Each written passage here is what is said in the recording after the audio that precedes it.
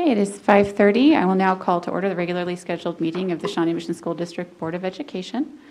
The first item on our agenda is the Pledge of Allegiance. Please join me as we rise.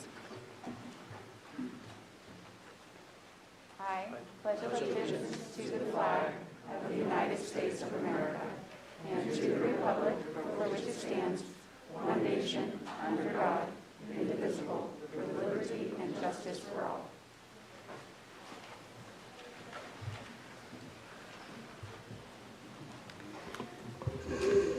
The next item on the agenda is the adoption of the agenda. I'll seek a motion to adopt tonight's agenda. So move, Goodburn. Thank you, Ms. Goodburn. Is there a second? Second, Hembry. Thank you, Ms. Hembry. All those in favor, please say aye. Aye. Are there any opposed? Hearing none, that passes unanimously. The next item on our agenda is the approval of the minutes from our special meeting on April 26th, 2021. Is there a motion to approve? So moved. Thank Sinclair. you. Thank you, Dr. Sinclair. Is there a second? Second, Borgman. Thank you, Ms. Borgman. All those in favor, please say aye. Aye. Are there any opposed? Hearing none, that passes unanimously. The next item on our agenda is the approval of minutes from our special meeting on April 26th. I'll seek a motion. So move, Goodburn. Thank you, Ms. Goodburn. Is there a second? Second, Hembry. Thank you, Ms. Hembry. All those in favor, please say aye. Aye. Are there any opposed? Hearing none, that passes unanimously. The next item is the approval of the minutes from our regular meeting on April 26th. Is there a motion to approve? So moved, Sinclair. Thank you, Dr. Sinclair. Is there a second? Goodburn. Thank you, Ms. Goodburn. All those in favor, please say aye. Aye. Are there any opposed? Hearing none, that also passes unanimously. The next item on our agenda is public comment. A time for public comment occurs at regularly scheduled Board of Education meetings to provide an opportunity for individuals to address the board regarding school district issues. Patrons must submit a request to make public comment no later than noon on the day of a regularly scheduled board meeting. For the May 17th, 2021 meeting, public comment is held from 5:30 to 6 p.m. And after a short break, the board meeting will resume at 6:05 p.m. Patrons in attendance at the meeting must wear a mask. Instructions for electronic submission of a patron's notice to speak at public comment may be found at the Board of Education webpage as part of the district website. The clerk of the board, Terry Winnering, will guide you through this process, and she can be contacted both by phone and email. While comments must be received no later than noon on the Monday of the meeting, patrons are encouraged to electronically submit their request to speak at public comment by 3:30 p.m. the Friday before a regularly scheduled board meeting, so that the district may research and/or address patron concerns prior to or during the meeting. There is a time limit of 3 minutes for each speaker, and we do have a full public comment section scheduled for this evening, so we need to stick to the 3-minute timeline. There are a few reminders that will help speakers to have a constructive and positive experience when presenting their comments to the board. Please proceed to the podium when your name is called and provide what schools your children attend if applicable, or any group or organization you are representing. Please limit your remarks to the 3 minutes. If you have a group spokesperson to represent your interests, you may choose to pass when your name is called. Written comments and/or materials will be accepted and should be given to the clerk of the board for distribution. If you can, please ensure that there are at least 8 copies for distribution. Please make your comments while remaining behind the board podium. Complaints regarding students or staff specifically should be addressed to administration in accordance with board policy KN. And if that procedure has been completed, the board can consider whether to hear such complaints in executive session in order to protect the privacy interests of the students or staff involved. Generally, responses from board members during public comment are limited to clarifying questions, and generally the comments made during public comment are the opinions held by the individual speaking and do not represent the opinion of the district or the board. So we will go ahead and get started. Our first speaker for this evening is Ms. Denise Schultz. Good evening. I'm here representing the SMAC PTA Diversity, Equity, Inclusion Committee. On behalf of Dee, Dawn, Kathy, Melissa, Sarah, and Tash, I'd like to thank you and update you. As you may have heard, we had a book drive to bring in more titles of books on equity, diversity, and inclusion. Sponsorship support from Lathrop & Gage, Titan Environmental, American Eagle Financial, and SMAC PTA supplemented the donations of all of you, resulting in 580 new books into our system.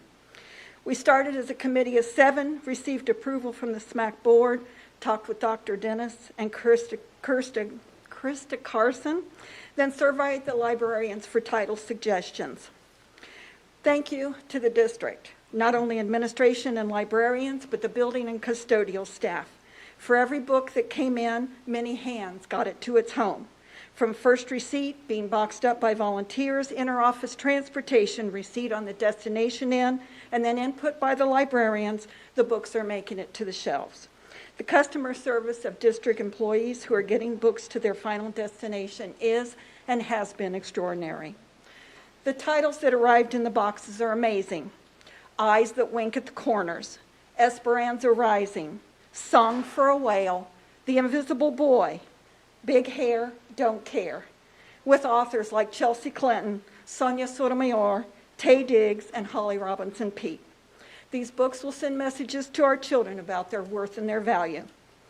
And oh, by the way, the message senders. On gift tags, I saw names of superintendents, school board members, SMEF leaders, teachers, parents, and students, even recognizing families who probably pinched pennies to make that donation. Every time one of these books are touched, a child's heart will be touched as well. As they get to know more about themselves and others, these thought ripples will expand each year, multiplied by the students who read these books and the years that they grace our shelves. We did this together. The words thank you seem inadequate, but they're all I have. Thank you. Thank you very much. Our next speaker this evening is Ms. Lisa Feingold.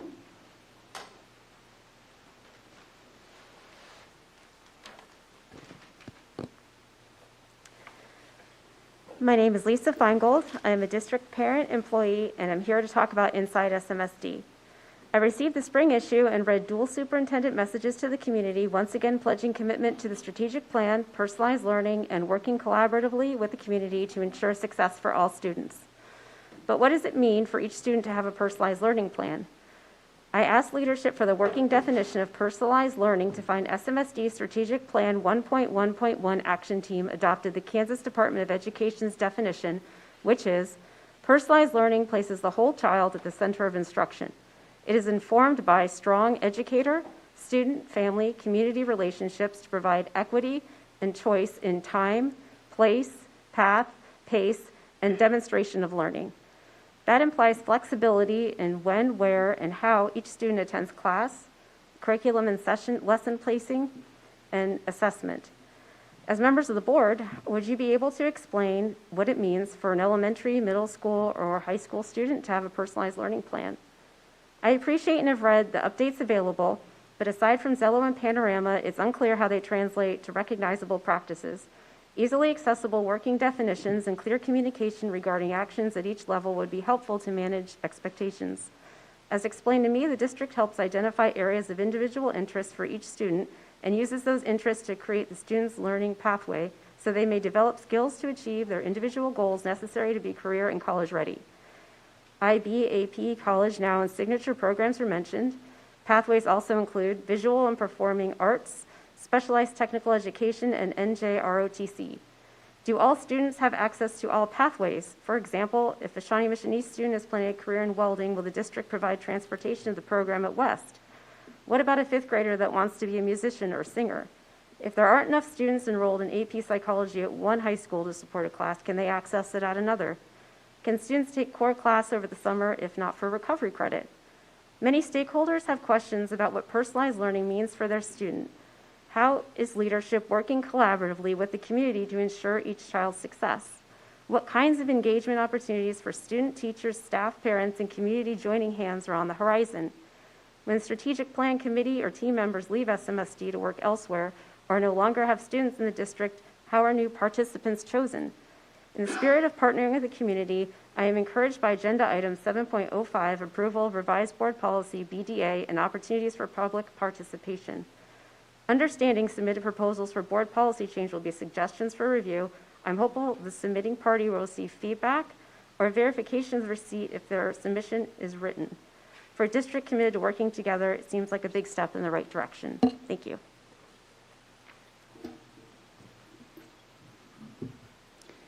Thank you.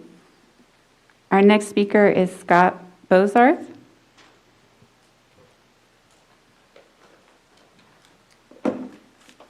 Hello, I'm Scott Bozarth. I'm from Merriam. I'd like to start off today to tell you how disgusted I am that Kansas legislator wrote a law limiting your guys' power, and you don't care. You had the police outside limiting us from coming in until we obeyed your rules, not the law, your rules. That's disgusting, and they ratted you out, Dr. Fulton. They said it was you that kept us out. I'm here tonight for answers, so consider this a formal request for information. Please provide a list of all persons, organizations, or entities involved in the formulation of the COVID-related policy the district uses. Was there any monetary or in-kind exchange between the parties involved? Please list all persons, organizations, or entities you consulted in respects to the district COVID policy. Was there any monetary or in-kind exchange between any party involved? Did you seek input from pediatricians? Who are they and what data did they provide? Did you seek input from psychiatrists? Who are they and what data did they provide? Did you seek input from cardiologists? Who are they and what data did they provide? Did you seek input from any medical doctors? Who are they and what data did they provide? Have you reviewed any peer-reviewed studies relating to the coronavirus? For example, studies showing data on the spread of virus in schools, the impact of virus on children, and the harm masks are doing to children? Have you done any analysis weighing the actual harm the virus could cause versus the actual harm the policy is inflicting? Have you done any analysis weighing the actual harm, on COVID-19 facts section of your Shawnee Mission School District website, you state, this bandana is acceptable to keep my kids safe, while you state this is not acceptable. Explain how this is acceptable and this is not. The facts also tell us kids will remain 6 feet apart, they'll wear the mask and be assigned to a group to which they can do activities like lunch. This is preventing our kids from a healthy relationship, not a virus. Most troubling in your facts section is a section says, what if my student can't or won't wear a mask? And your answer, students will be allowed to build a mask tolerance over time, and mask breaks outdoors will be allowed. I have not seen them allowed to go faceless outside. I have to pick my child up, and she still wears a mask while outside. The district has relied heavily on input from the JOCO Health Director, Dr. Sanmi Oriola. What medical school did he graduate from? Is he licensed to practice medicine? Well, he didn't go to medical school, nor does he practice medicine. That's because he's not a medical doctor. The next speaker on tonight's done. agenda is Ms. Take your mask off. Debbie sort myself Dittmer. out. Is Ms. Debbie Dittmer here? Actually, Mrs. Detmer allowed me to speak in her place, if that's all right. Senator Mike Thompson, 10th District. Typically, we try to provide those opportunities to people who signed up prior, because there's a list of people that would have been ahead of you. I did sign up, and Ms. Detmer wanted me to be able to speak in her behalf. I understand that, and I'm going to allow you to speak, but I'm telling the audience that typically if someone is canceling their public comment, what we do is move to the next person in line who would have signed up, who would have been before you. But we'll defer that at this juncture. So you have 3 minutes. Okay, thank you very much. If you restart the clock, it's 2:25. Thank you very much. I am here on behalf of many parents, like Mr. Bozarth, who are infuriated at the perpetuation of this mask mandate and concerned about the effects on their kids.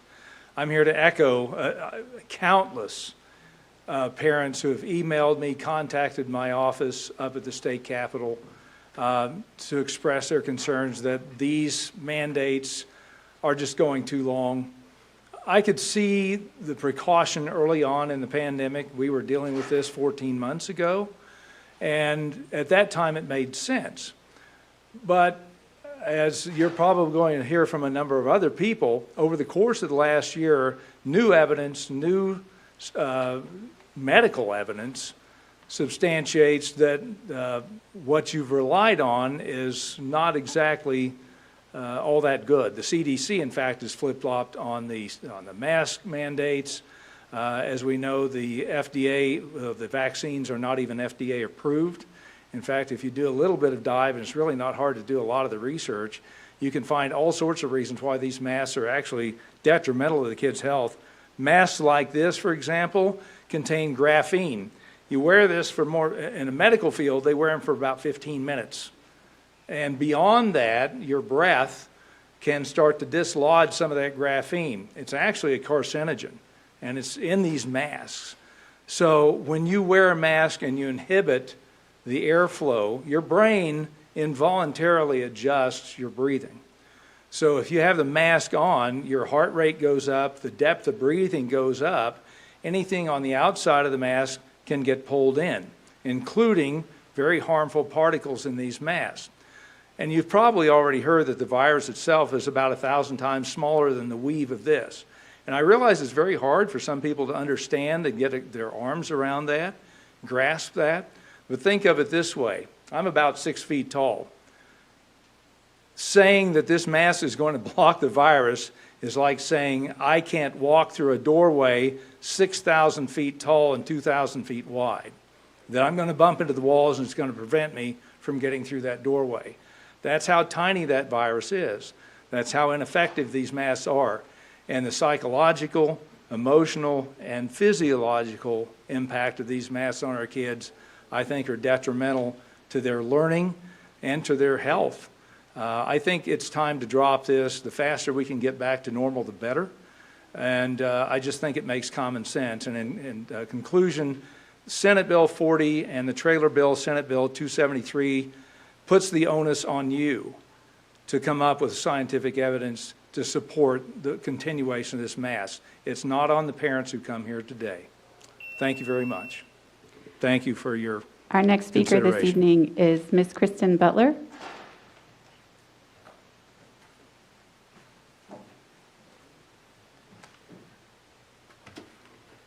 Hello there.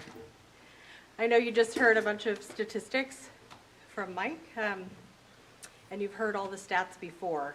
So my question is, why have you not done anything about that? My youngest daughter was being sent home regularly, 1 to 2 times per week, with headaches, dizziness, shortness of breath. And it's odd to me that she was never checked for any type of hypoxia. Nobody ever checked her oxygen saturation, yet she had an impediment to her breathing on her face. She wasn't allowed to remove her mask in the nurse's office while she was waiting for her mom to pick her up those times that I had to. Upon wearing a mask for 1 minute, my daughter's oxygen saturation drops to 92%.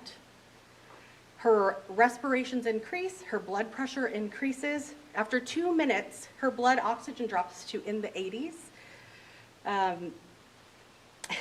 Neither her doctor nor I would allow that to go on any longer.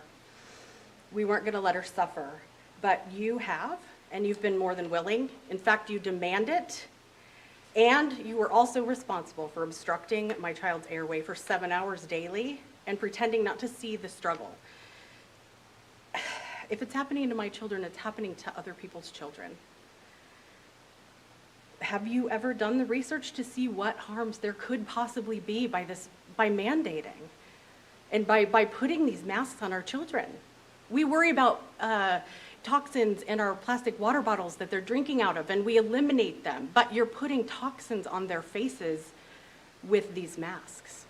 And this is the research that you should be doing since you're in charge of Shawnee Mission School District. These children need help, and these parents are coming to you for help, okay? Hypoxic brain injury occurs when the brain receives less oxygen than it needs, but it isn't completely deprived, and that happens on many different levels. Injury starts at 1 minute and steadily worsens. At 1 minute, brain cells begin dying.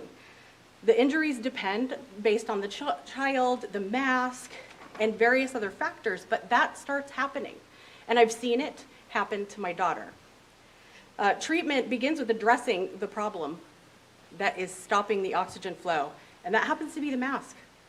Take these masks off our children and let them breathe aren't cute little phrases that we say and we put on our signs. They are demands from parents that are frustrated at seeing our children have to suffer every day, having to cry because they can't breathe, having headaches, and having the school nurse not do anything to help them. I will not stand by while my kid is suffering anymore. The mask mandate is over for me and for my children.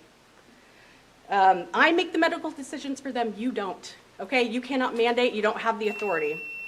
So all parents should have an oximeter and Thank start checking you. your children. Our next speaker this evening is Kelly Cavan. Me and Max both wanted to speak. That's Max Cavan, and they wanted us to share our 3 minutes, so we'll try to do this the best we can. My name is Kelly Cavan. Americans were forced to wear masks during the 1918 Spanish flu pandemic. Were there forced masks during H2N2, 1957 to 1958, Hong Kong flu, 1968 to 1969, SARS, you know when that was, H1N1? No, there weren't. I wonder why not. Dr. Fauci had stated early in the pandemic, you don't need masks, they don't work. They just make people feel better. Then later said, you must wear a mask. Then it was 2 masks. Personally, I think Dr. Fauci's a criminal and his advice makes 0 sense. In the opinion of Chris Schaefer, respirator specialist in the field of occupational health and safety for 27 years, with 27 years of experience, even a proper respirator is not designed to filter viruses. They're too small. You would need an electron microscope to even see them. Viruses can enter in through your eyes and your skin as through your nose and mouth. Without full encapsulation, with a separate source of air, you can't defend against viruses. What we do know is masks can trap carbon dioxide. They deprive children of proper oxygen requirements, which is dangerous to development of bodies, brains, and overall health. Moisture and sweat with mask wearing breeds bacteria and fungus. There are also fibers in the mask that can become loose and inhaled, and there's ethylene oxide too. Think about that. What are the long-term side effects of these things on my child? Do you guys know? No, you don't. Isn't science and medical evidence doing trials, replicating them, getting an outcome, and then having it peer-reviewed? The board and the CDC do not have evidence that a mask works and doesn't cause harm. The evidence is to the contrary. That leads me to another question. Why are you holding our children hostage in a mask? Is it to force us to vaccinate our children with an experimental mRNA vaccine? Forfeiting the medical choices for our children over to you should never be a requirement for our kids to go to school. Never. Wearing a mask or getting an experimental vaccine is a personal medical choice, weighing the risks and benefits. We ask that you end your medical tyranny now. Thank you. Hi, I'm Max Cavan. Last fall, I opted out of the SMSD because I wanted consistency and I wanted to breathe fresh air. I can't breathe with a mask. I'm an athlete. I feel like I'm suffocating in a mask, and I can't begin to tolerate a mask with activity. Luckily, this past year, I was able to play my sports with other kids my age and not wear a mask. It's hard to believe I survived those activities, but here I am today. I also survived COVID with minimal symptoms. I want to go to high school at Shawnee Mission Northwest, and I want to play sports for my school. Most importantly, I want to breathe. Why is that a choice I have to make? Children are not the cause of super spreading. Vaccine has been offered to any school employee that wants it. The CDC says vaccinated are safe, and according to the opinion of internationally renowned Dr. Peter McCullough, the most immune people out there are COVID recovered. They have robust, complete, and durable immunity for many years to life against all different strands of the virus, not just the original strand. I'm more immune than the vaccinated. Why is that not a consideration? Are you saying I'm a threat? Am I a ticking time bomb? The reality is Thank you for your comments. We are at the close of the 3-minute window. Thank you. Our next speaker this evening is Ruby Gonzalez.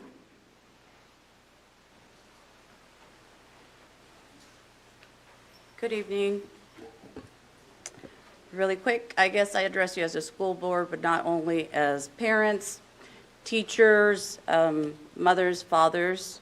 I'll start. On April 30th, I sent out an email to Shawnee Mission School District and Shawnee Mission Northwest, also including Trail Ridge, informing everyone that as of May 3rd, my kids would be attending school but no longer be wearing a mask. I asked for accommodations, and both of my kids did receive total accommodations, but if you ask Jeremiah and Caridad what they think being isolated during school hours, they describe it as being in jail, what it would feel like. Over the weekend, the CDC made changes to COVID guidelines. With these changes, the following school districts made mask requirement, making it optional. Blue Springs, Oak Grove, Lee Summit, all made mask requirements optional. I am tired of not just my kids, but of all of God's children using masks. I'm here to inform you that as of May 18th, tomorrow, my kids will be walking into class, joining their classmates. Once again, I am not asking anyone for permission. I am telling you, as I refuse to scare my kids anymore. As parents, we are to nourish our kids. Nourish our kids. Build them and not put fear in them. They're already scared of this whole adulting thing, especially the kids that are in elementary. We all have choices. I have made my choice. I choose no masks for my children, and they will be rejoining their classrooms, their classmates. I am over the fear, and I choose to move forward. So are many Shawnee Mission School District parents and staff that I have spoken with. As of today, COVID cases are down 50%, according to the CDC website. I have also included some pamphlets that are more than happy to get later on.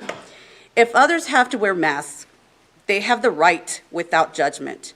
But my kids, along with others, have the right to determine what is best for themselves. And I, along with my kids, will opt out of wearing a mask moving forward. My father states that if I ask in the name of Jesus,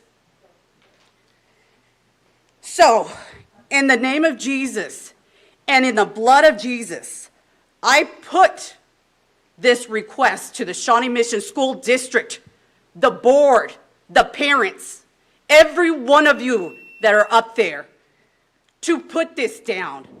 Thank you. Your 3 minutes Moving has come to a forward, there close. will not be, and you will not stop my kids. Our next speaker is May Ms. God bless Elaine Clough. Ms. Elaine Clough, you are our next speaker. Can I ask a clarifying question?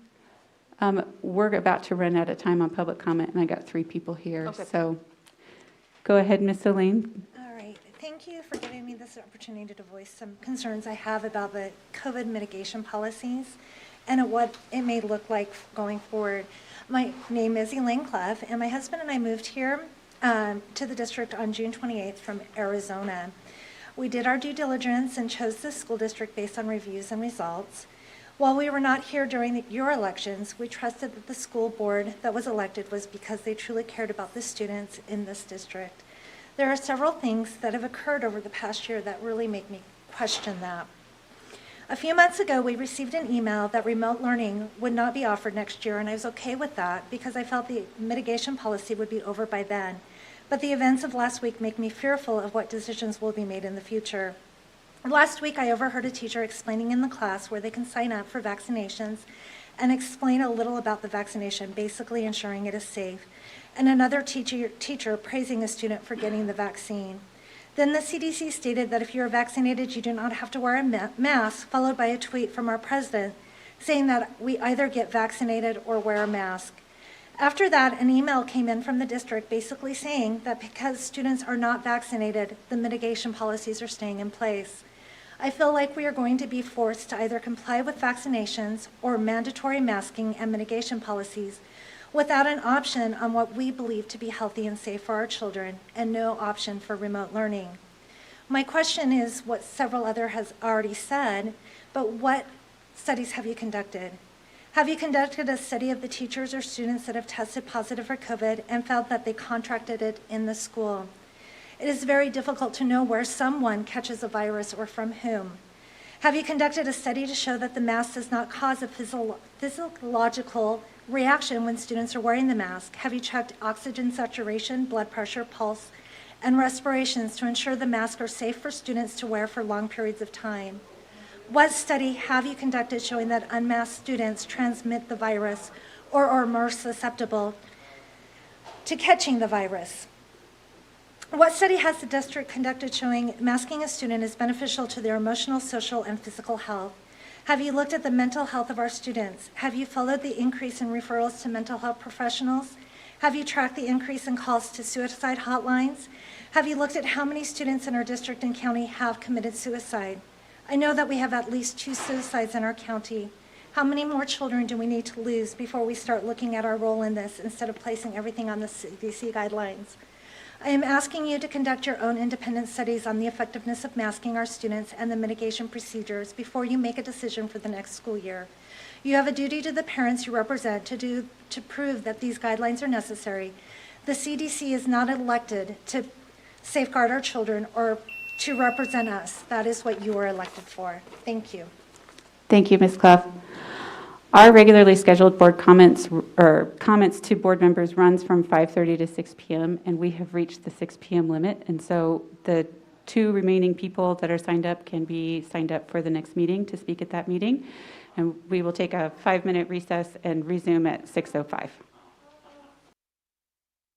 With Kansas Policy Institute. Do you have a building that you're affiliated with in the district? On behalf of our supporters in the district, the board has made it quite clear this year that acting in students' best educational and emotional interests is not the top priority. And we say this based on multiple actions, including but not limited to these 2 examples.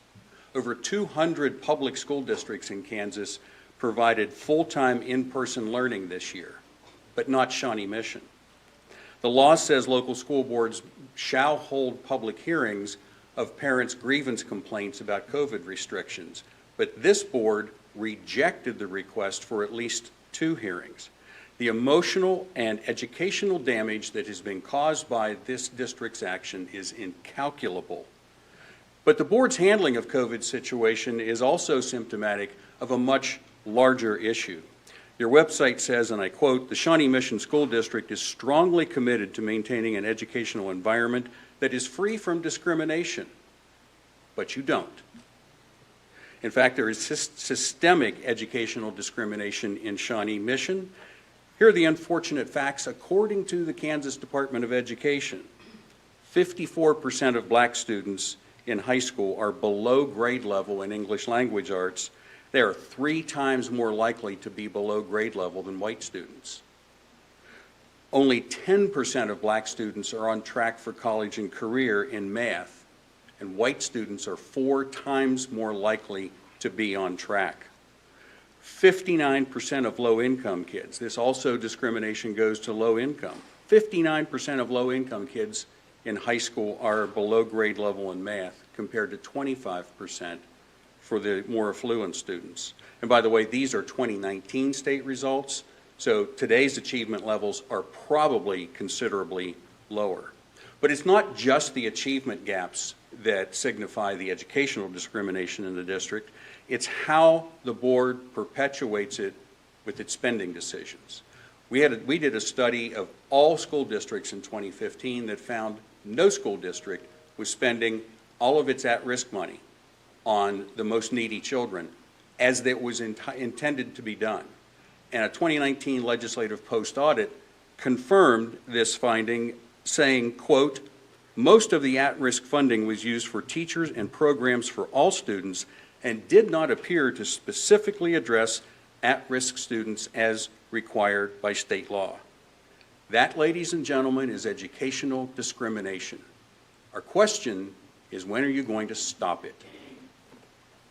Thank you. We're going to get through this. We've got one more. We're not going to do follow-up questions. Is Kelly Cooley here?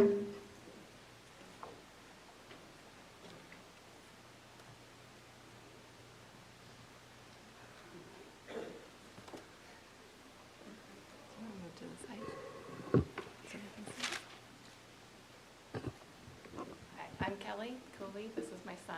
He wanted to speak and it was approved earlier for this. Go ahead.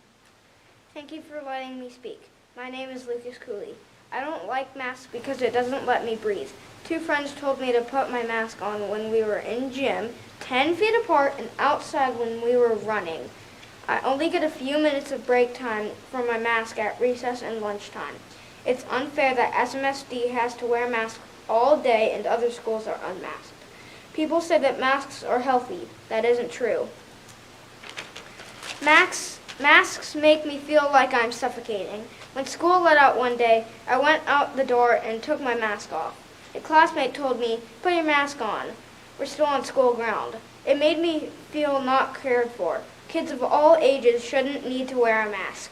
I would like the school board to end masks for all schools. Sincerely, Lucas Cooley. Thank you. I just want to add that this was all him. This was not me or his dad, okay? Thank you. Thank you. We will now take a 5-minute break and reconvene at 6:10. Really quick, thank you. God bless you guys. Have a great day. Welcome back. We will reconvene and start with the superintendent report, and we'll turn it over to you, Dr. Fulton. Okay, thank you very much. Great to see everybody tonight.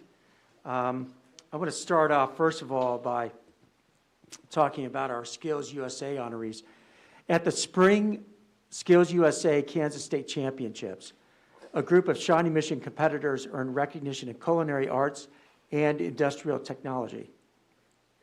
Nora Pekin, who's a Shawnee Mission North junior, earned a gold medal in commercial baking, and Noah Belcher, a junior from DeSoto who attends SMSD's culinary program, earned a gold medal in culinary arts. They are now preparing to compete in the National Skills USA competition. They'll include a link, we're going to include a link to a complete list of medalists in the recap. And just as a reminder, Skills USA is an education association, including students and teachers, that works to ensure America has a skilled workforce. And you know the best thing about the culinary program is you actually get to try the product, right? The proof is in the taste. So it's exciting for all of these students. Students in Shawnee Mission's biotechnology program were winners of the recent Children's Mercy Decoding Challenge. The challenge was issued in 2021 by Children's Mercy Research Institute. Students were invited to decipher DNA sequences displayed on the outside windows of the institute. And we congratulate the biotechnology students and their teachers on a successful spring. They've done a great job. Well, we kicked off this month with an exciting district-wide event. On May 1st, we learned the winners of the Next Great Idea competition, which was hosted in partnership with Startland. Students at this competition shared pitch presentations detailing a solution to a problem. Several student innovators earned top cash prizes for their innovative ideas. And we'll include a list of honorees in the recap. These students were given funds to put their ideas into reality, and we look forward to seeing all that they accomplish. We also were thrilled to see student projects from across the district entered in the R&D Digital Showcase. We are grateful to the Rainier family for 59 years of generous support for the Shawnee Mission School District R&D Forum. We want to recognize Chase Horner tonight. Chase is a senior at Shawnee Mission South, and he was named a U.S. Presidential Scholar for his academic success. 161 seniors in the United States were selected for this honor based on academic success, artistic and technical excellence, essays, school evaluations, transcripts, leadership, and community service. The Presidential Scholars class will be recognized for their outstanding achievements this summer. You know, over this past weekend, the Shawnee Mission East boys tennis team earned its second consecutive 6A Kansas State High School Activities Association title. And we want to congratulate the athletes on this outstanding achievement. We also want to recognize that as the tournament began, Shawnee Mission East tennis coach Andy Gibbs was honored as a KSHSAA Tennis Coach of the Year. In addition, longtime Shawnee Mission East tennis coach Sue Chipman, who also was a teacher in Shawnee Mission for 50 years, was inducted into the KSHSAA Tennis Coaches Association Hall of Fame. For the record. Both were honored for numerous titles and outstanding contributions to the sport. Congratulations to both of them and to the team. We also want to congratulate retired coach and educator Van Rose, who was inducted into the KSHSAA 2021 Hall of Fame. He began his 48-year coaching career at Shawnee Mission Northwest when it opened. And cross-country athletes earned numerous titles under his leadership. So congratulations to him as well. Well, Tanner Ibarra was recently honored as one of Tyron's teachers by the Tyron Matthew Foundation. The Chiefs Players Foundation held an essay contest encouraging students to submit an essay sharing what makes their favorite teacher great. The foundation received hundreds of entries and named 32 winners across the Kansas City area. Ibarra was surprised with a gift from the foundation in his classroom, and we want to just congratulate him on this wonderful recognition. Well, more than 223 trees were planted in Shawnee Mission and throughout our community, thanks to a student-led project called SMSD for Trees. Students from across the district worked with student and community volunteers on planting trees as a way to engage youth in service and promote togetherness outdoors. The project was formed by Harley Whitbroad and Chase Horner, seniors and National Honor Society members from Shawnee Mission South. We want to thank them for the great changes that they've made to the landscape across Shawnee Mission School District. Well, summer lunch program, believe it or not, is about ready to begin, and we want everyone to be aware that summer pickup and go meals will begin on June 3rd in Shawnee Mission. Meals will be provided at select sites for children ages 1 through 18. Pickup will take place from 11 a.m. to 12 p.m. on Mondays and Thursdays, and breakfast and lunch will be included.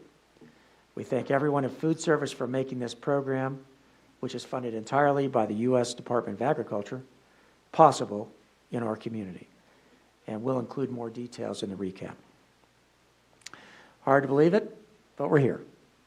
We're all looking forward to district-wide celebration next week, and that is, of course, graduation. In-person outdoor commencement ceremonies will be held for the class of 2021 next week. We'll be broadcasting and live streaming each ceremony so that friends, family members, and the extended community can join in this celebration. We'll include a link to the live stream and the broadcast schedule in the recap. Most of all, we want our seniors to know that we're proud of them and that we're looking forward to seeing them walk across the stage next week. Congratulations to all of them in advance. You know, this month also marked Educator Appreciation Week. I just want to take a moment to thank every educator who's been keeping SMSD strong this year. And we have a short video that we want to share with you featuring some of our SMSD students.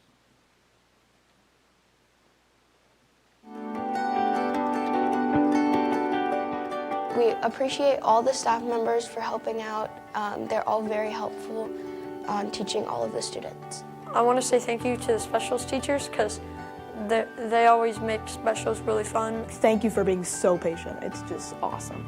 My teacher, she's very understanding. Like, if we need someone to talk to, she's always there. Mr. McAtee, our athletic director, for all the sports, it's been a different year. I would like to thank the lunch ladies because they're very hardworking. I appreciate all the things that all the teachers do. I just want to thank all the staff here for all the work that they put in. I know this whole COVID thing has been stressful on everyone. I would say to the staff, thanks for helping me get through these 4 years of high school. Thank Mr. Lowe. Teachers and all the staff are just so nice to the students, and it's the same response back and forth.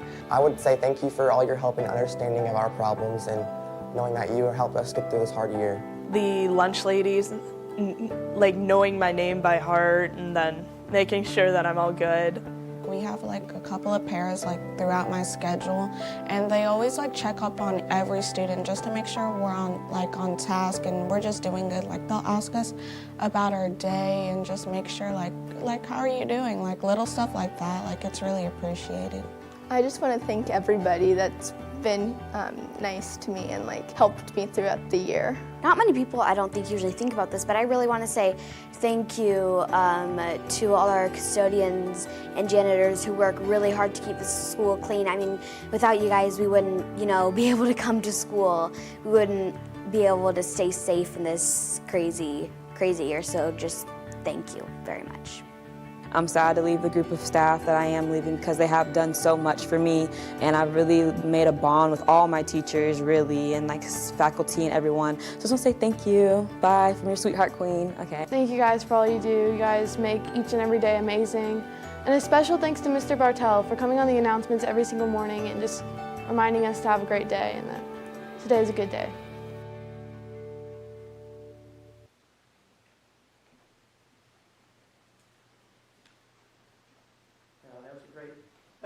That was a great video, and we appreciate all the voices of students as they reflected on our educators. Well, we recently launched a web page highlighting businesses that offer discount offerings to employees with an SMSD badge.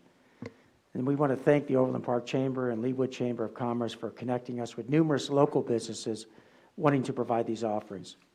We'll include an address and the recap for anyone wanting to extend a discount offering to educators. During Educator Appreciation Week, we also honored retirees and service pin recipients who have dedicated thousands of years of service to help students achieve their personal best. We're so grateful to them for their dedication and their service. It was a great recognition week, and we finished this year strong because so many in our district who have overcome obstacles and who have been working to help students achieve their personal best every day show up, do their personal best, and care deeply about every child that we serve. So thank you to all of our educators. And then finally, I'd like to make a following comment. Last summer, on July 27, 2020, the Board of Education passed a resolution on affirming the reopening plan. And here's what that resolution stated. Resolved that the Shawnee Mission Board of Education affirms the school reopening plan designed to ensure that the district has a safe plan to deliver instruction with the staff, resources, technology, space, policies, and protocols required for the health, safety, and well-being of all students and staff.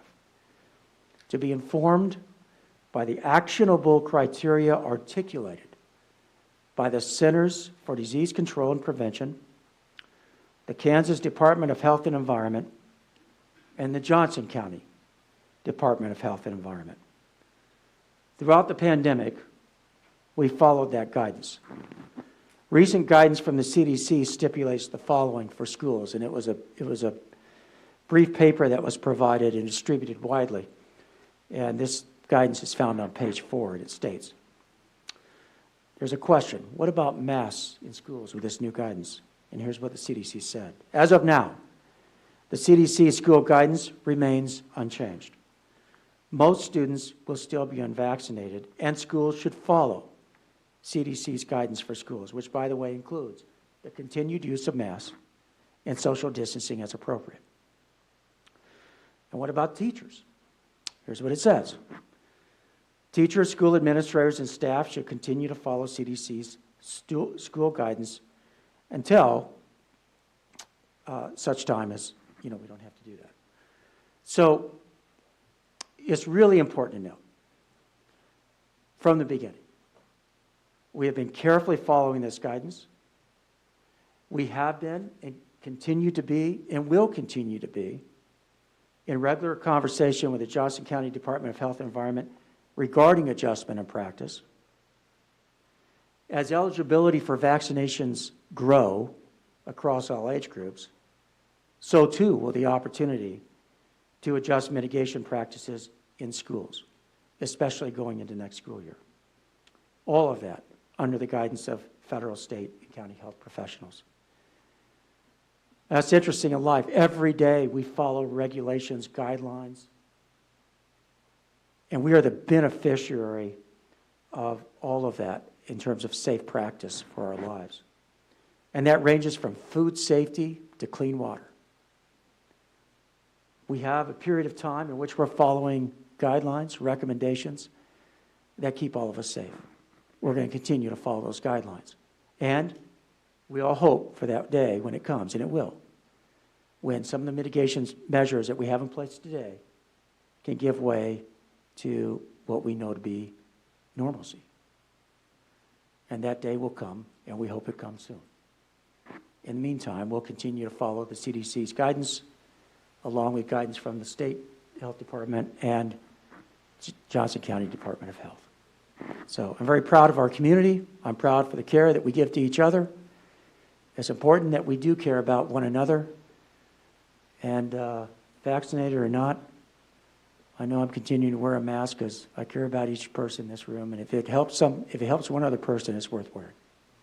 And that concludes my comments for tonight. Thank you, Dr. Fulton. The next item on our agenda is our board report.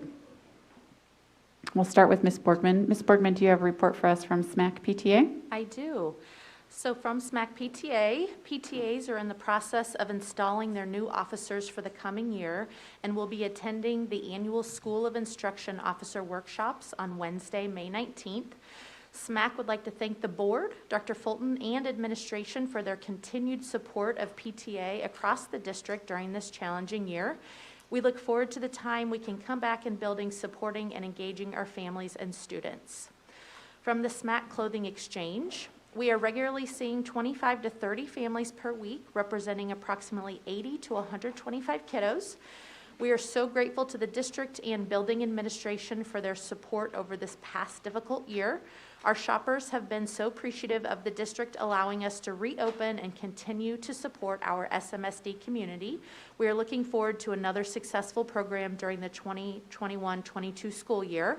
And just as an FYI, SMAC has a new underwear and socks program.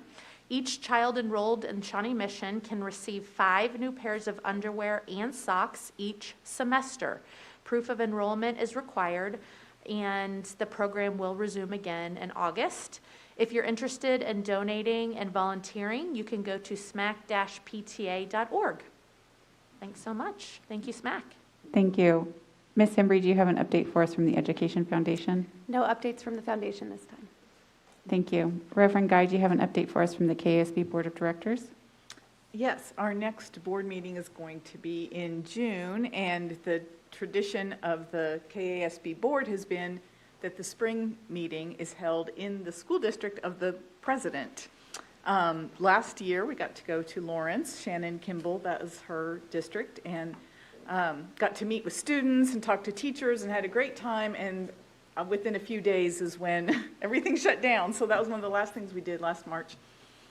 So this year, we weren't able to go during the school year, so we will be going to Lori Blake's district southeast of Saline, USD, and touring in June, which is unfortunate. We won't get to see the students or the teachers in action, but get to learn more about her district and then have our board meeting there. So that will be our June meeting this year, and that's all I have to report. Thank you. From the Policy Review Committee, Ms. Goodburn, do you have an update for us? I do. We met May 10th, the Policy Review Committee did, and on your agenda tonight you will see items 7.04, CN, Public Records, the first reading only, and 7.05, approval for a revised board policy BDA, developing and adopting policy, again, a first read tonight. We do have another meeting scheduled in June, and I have received a couple of communications from board members about potential policy revisions for BDA in particular, and so we will be looking at those, both of those that we received, and when we go over the policy, if you want to give any information to the public, you can, but we will be going over those at our June 3rd meeting, and then we'll have those back on the agenda in June for a second read. Thank you. And Mr. Stratton, do you have an update for us from the Finance Facilities Committee? The only update is that our next meeting is June 17th at 4 p.m. Okay, thank you. Next item on our agenda is the board financial report. So we'll turn it over to Dr. Fulton and Mr. Knapp for that report. Thank you very much. And Mr. Russell Knapp, who's our Chief Financial Officer, is going to provide the monthly financial report. Thank you, Dr. Fulton. Good evening, board. Tonight, we got the monthly board financial reports for you through April 30th. And we have 2 months left to go in our fiscal year as it ends June 30th. And so I wanted to give you an update on our current year projections versus our budget. And you can see on the attachment on the screen, the budget that you approved in August had a $6.9 million surplus is what we like to call it. But then after we applied the salary and benefit increases that was approved in July, we were going to start the year with a $74,000 deficit. Our revenue changes for the current year We anticipate about $5.4 million less revenue than what we budgeted. The main thing there is the general state aid. We're going to be down $1.8 million. That is as a result of having close to 1,500 less kids, which generated about 423 less weighted FTE, and that's what we get our general state aid. So we anticipate $1.8 million less there. The LOB would be $620,000 less because that's direct impacted by your general state aid. Our special education state aid, we anticipate that being $526,000 lower. That is due to the number of paraprofessional vacancies. Since we get reimbursed on our special ed costs, if you do not incur the costs, you're not going to get reimbursed for those, so those are going to be less.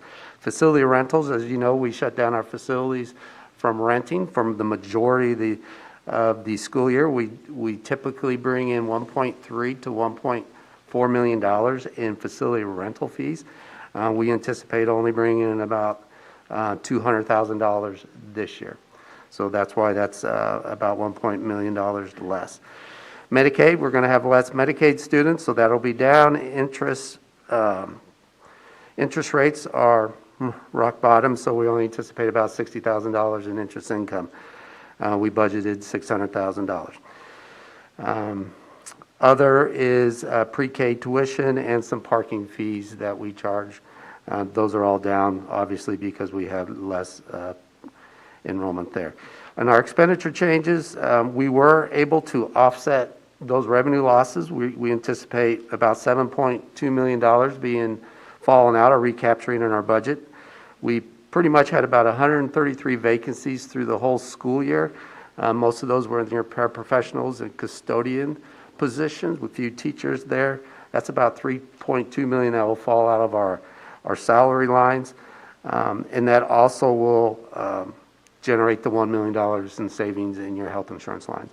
The substitute, that's $974,000 over budget, and a lot of that is the long-term subs that we hire through Kelly to place out at our various secondary buildings. Transportation, obvious savings there is we ran less routes while we were in the remote setting. Those costs are slowly picking back up, but we think we'll save about $750,000 there. Utilities, kind of the same reasoning, not in school, so your buildings, you'll save a little bit in your utilities. Supplies and services, about $3.9 million there. That's all the school buildings and the various departments' budgets to run their departments. Quite a bit of that is in professional development and travel. That just does not occur that year, so a lot of that is fallen out as well. Textbooks or instructional materials, we did purchase about $3.1 million this year. That was at the April 26th board meeting where we purchased the social studies adoption and the music adoption. That was $3.1 million. So that was something that was that we didn't initially budget, but we had that ability to pay for those out of the operating funds. One of the things that came out of last year's IBB negotiation team agreed to set aside a portion of the money from this current year, 2021, to hire those 12 SPED teachers for 21-22. So we put a placeholder in the budget. That was $920,000. We did not intend to spend that, so we needed that to fall out, and it did. So overall, our expenditures, we thought we had about we think we're going to have about $7.2 million fall out. That leaves us about $1.8 million in a surplus, and again, 920 of that we expected. So roughly about $887,000 to the good at this time. Again, we have 2 more months left. That'll put our ending balances right at about 10.5%, which is right in that target of 10 to 15% that was recommended in our board policy that we passed back in December of 2020. And that concludes my report, and I'll stand for any questions. Are there any questions for Russ? Okay, seeing none, thank you, Russ. Moving on to the legislative update from Dr. Stuart Little.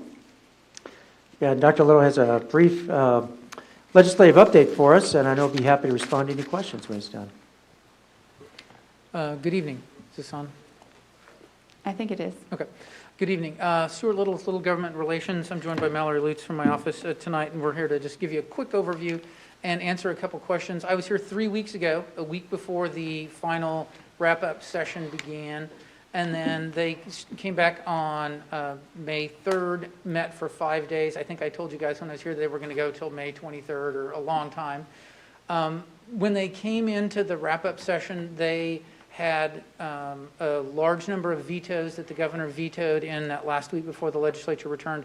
They also included the school finance budget and policy issues had all failed at the end of the regular session, and so that all had to be dealt with. And then there was, during that intervening period, almost $5 billion of federal relief aid in the ARPA, the American Rescue Plan Act, that came into the state. So there were a lot of issues on the table. Anticipated it going a long time, and I think legislative leadership decided they wanted to try to wrap up everything, and they did. Within 5 days, they adjourned on Saturday morning and sent to the governor a education and policy bill that I have a lengthy description of on page 2 that talks about the components of that. They sent to the governor the 20 mills renewal, which is $750 million. That is the state mill levy that goes to fund K through 12 education. They sent that in a tax bill. And then one of the issues that tied up everything, and surprisingly, literally the last day before the wrap-up session began, was the federal maintenance of effort issue, that part of the relief package that connected higher education funding and the level of funding with K-12 together and put kind of all of it at risk, that required the legislature, amid everything else they were deciding, was to add another $106 million to higher ed to maintain the balance of maintenance of effort over the next 2 years. So they added $53 million into the budget. So those big picture components of policy and funding were all put together at the end of the legislative session, the end of that week. We probably dealt with more policy and money issue this year than we have since probably 2015 or 16 when we had special session. And what we're going to end up kind of watching here for the rest of the year is how this big education bill and some of the policy issues are going to play out, what they will mean, how issues with some of the COVID money that's come to the state and to school districts, how that will be utilized, and people are still working through that. I mean, one of the components in the school finance bill was the authority to provide $500 additional compensation to hourly employees and paras and teachers using COVID money. And there's a lot of conversations about what you can do with that federal money. And one of them, when Mr. Knapp was describing the lost revenue from event space, is one of those places you can plug COVID money. And we had a really lengthy discussion about that for governmental entities that had gaps and that weren't able to rent space. But the State Department of Education and Commissioner of Education in a meeting last week said that he doesn't believe the guidance and the federal COVID money can be used for those bonuses. So that's kind of up in the air at this point to see where we may be going forward with that. But the bill itself is described as straightforward, the governor's budget, pretty much, that funds Gannon for the next 2 years. It includes a variety of policy issues. The most important item that was taken out of that package as it emerged at the end of the regular session was the education savings account. That came out. It still has an expansion of the low-income scholarship program, added a variety of other policy issues in there, and they're all described. And then as well, put those components together and sent it off to the governor, and it had significant support from both the House and the Senate. We're going to be watching now. The governor is not taking any action on any of these bills yet. She has them, but she has not taken action on them. And so there may be some items that I don't think she's going to veto the education bill. I think she may. There's a couple of provisions that I'm a bit unclear about the impact of some of the COVID vaccine passport issues that have been placed in a budget proviso that puts limitations on the utilization of one's vaccination status as a factor in where activities. It's described in the bill. And I'm not sure if that applies to schools. It does apply to the state, and I haven't explored that very deep. I don't know that I've seen anything written up about that from anybody yet. But I would be happy to answer questions. I know I was asked to be brief, and just to let you know that I had sent a written report earlier talking about how all of this was wrapped up. I just wanted to make myself available and see if you had any specific questions I might be able to answer. I know to begin with, Dr. Sinclair has a couple of questions. Thank you. I want to start by saying thank you for your work in the session, and I also want to recognize the legislature's adoption of the full funding for K-12 education for the next 2 years in accordance with the Gannon settlement. So I think that's a big step forward for us for being able to plan. I do have a couple of quick kind of clarifying questions regarding the policy component of the education bill. First, the requirement on local school districts to allocate sufficient district funds to improve academic performance for underachieving students, that piece. Is the requirement timed to go into effect fall of 2021 or prior to the legislature providing the district's constitutionally adequate funding, or in the fall of 2022 when districts will finally receive that kind of basic level of sufficient funds for struggling students from the legislature? And this is that sufficient funds to help students achieve the ROSE capacities, essentially, right, linking back to that language, right? So this was a bill that has been around at least since last year, and then maybe even the year before that, where there was a desire among some within the legislature to connect linguistically, at the very least, the level of that sufficiency, which of course links back to the language used in the Constitution, that if you are receiving those funds and making use of those funds, that they would be a sufficient allocation so that students would be able, may achieve academic progress. And my reading of the bill as it is available online, my reading of it, it says that each year, I would assume that would begin when the bill is enacted, which I believe is when in publication in the Register. So once the governor takes action, that applicability would begin in this coming school year. Okay, I appreciate that clarification. The second policy component was regarding the at-risk funding requirement to show academic progress over 5 years or repay at-risk funds. So that we would need to, as a district, show progress, or those dollars would be taken back from the state. So was there any consideration among the legislature during that policy debate to make any changes to the accreditation and the accountability model that we would need to do to fulfill that kind of requirement, like shifting to adaptive assessments so that we can show growth over time, or whether that even takes into account that full funding wouldn't hit until fall of 2022 as opposed to were those things discussed at all? That's an interesting question that you raised, because this has been part of kind of a growing conversation for those of you watching and stuff that I've begun to talk about the last 4 or 5 years, is a desire to make some of those connections between funding and student achievement, and a recognition of the importance of student achievement, and that's rooted in the Gannon decision, which says spending more dollars helps improve outcomes. And that's been part of what we've talked about going forward. I think this is one of those circumstances where it's a laudable attempt for public policymakers, and I mean not education policymakers, but public policymakers, to tie the public funds into student achievement.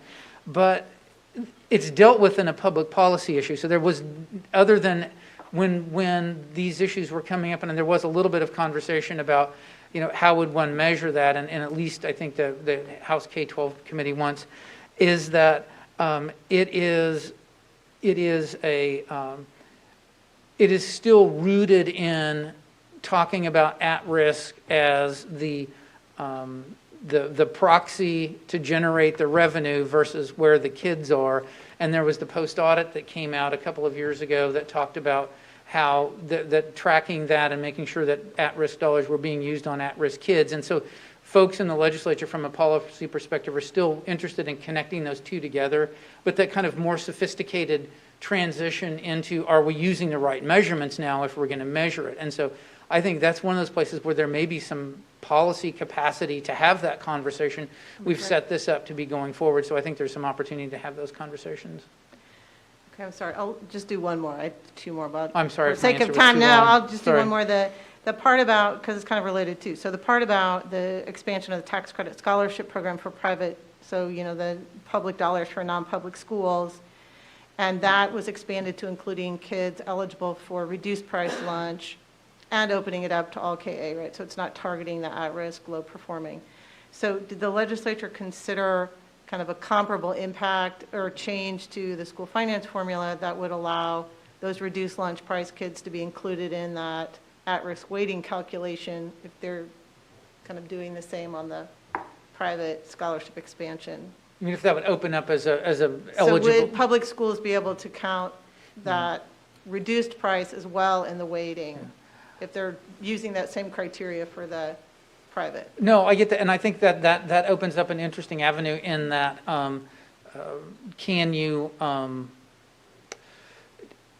to what extent is that a federal issue, and what is that is something that we could do, and we could probably set up our own system to do that. But I think one of the things that's interesting within the context of this whole bill is some of the language that was also added related to some other provisions about defining at-risk and at-risk services, because we broaden greatly in some of the language in here.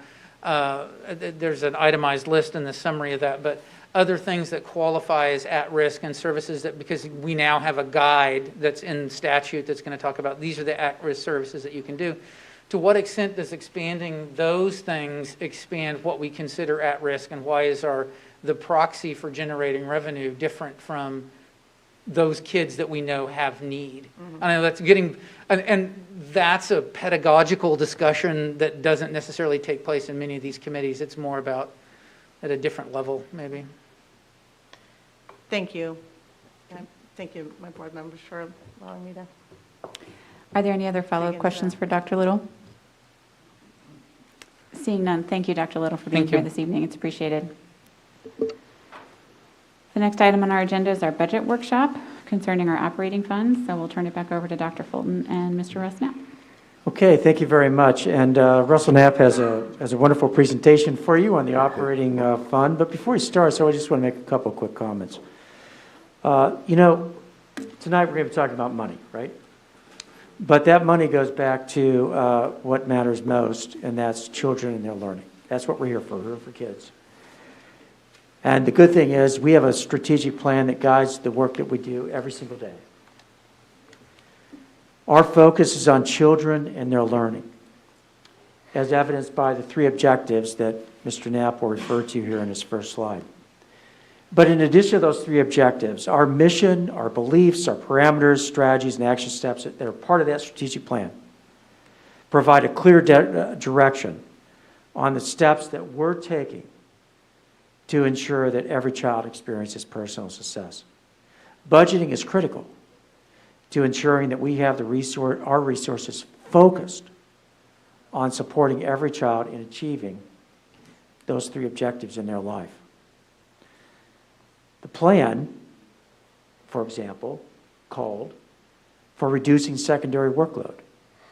And we engaged in a multi-year process. You just heard about some of that, the $900,000 we set aside last year, in a multi-year process to make that happen in a sustainable way, so that when we made the decision to go that route, we could keep it going in future years.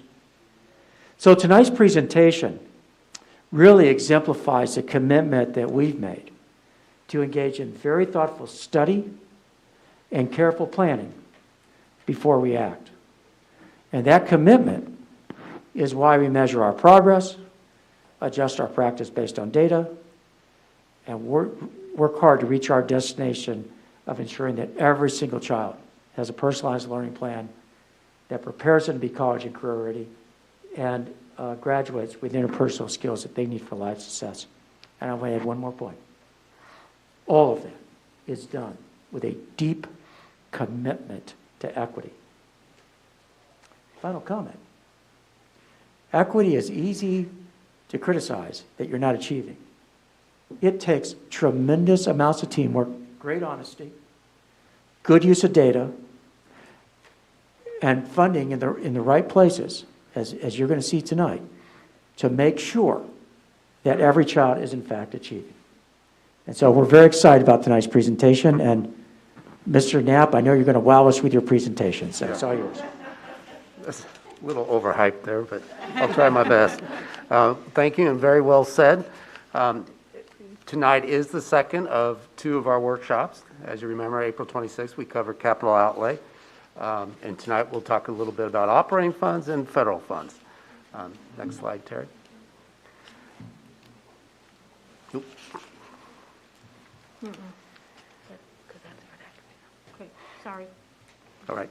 So as Dr. Fulton just very well said, the strategic plan is supported by its financial resources provided by the budget. So tonight next slide please. We'll focus again on the operating funds, which include the daily expenditures associated with running the school. It's primarily your salaries and benefits, your utilities, student transportation costs. Next slide, Terry. You're very familiar with this slide tonight. Operating funds are your unrestricted. It's the only funds that are that way. It makes up 61% of our total budget. We pair that with our federal funds because those are restricted, but they do provide those additional programs and services to our students, go above and beyond what our operating funds provide. Next slide. And when we talk about operating funds at Shawnee Mission, it's these 10 funds and that bullet point in the middle on this particular slide. It's mainly your general fund, supplemental general, and your special education. And then the other funds are usually provided with a weighting such as your vocational programs and your bilingual. The main source of revenues for our operating funds are state aid, local taxes, which runs through the local option budget, better known as the LOB, and some reimbursable fees. So our budget for 21-22 well, we got good news because legislators again passed the K through 12 budget for the next 2 years, and then they appropriated enough money to fund the base for the next 2 years per the Gannon base amount. So this budget is based on $4,706. That's the statutory amount. That'll generate about $4.8 million in new revenue. And I do want to point out that some of these numbers are larger than what they normally would be because you're comparing from projection of the current year to budget for next year. And as you know, our projections were down in revenue and expenditures because of the pandemic. So you're not really comparing apples to apples. You're comparing a pandemic to back to a normal school year. So anyway, in our enrollment projections, we projected about 1,000 kids rebounding. That still puts us at about 27,100 kids. The year before the pandemic, we were at 27,500. So this is probably Allison Starosky, who's in the audience here, our budget manager, does a lot of those student enrollment projections, and she's pretty accurate at it. But this has probably been our most challenging year in quite some time, trying to predict what our enrollment's going to do next year. So again, we have about 2/3 rebounding. That'll generate about $4.8 million.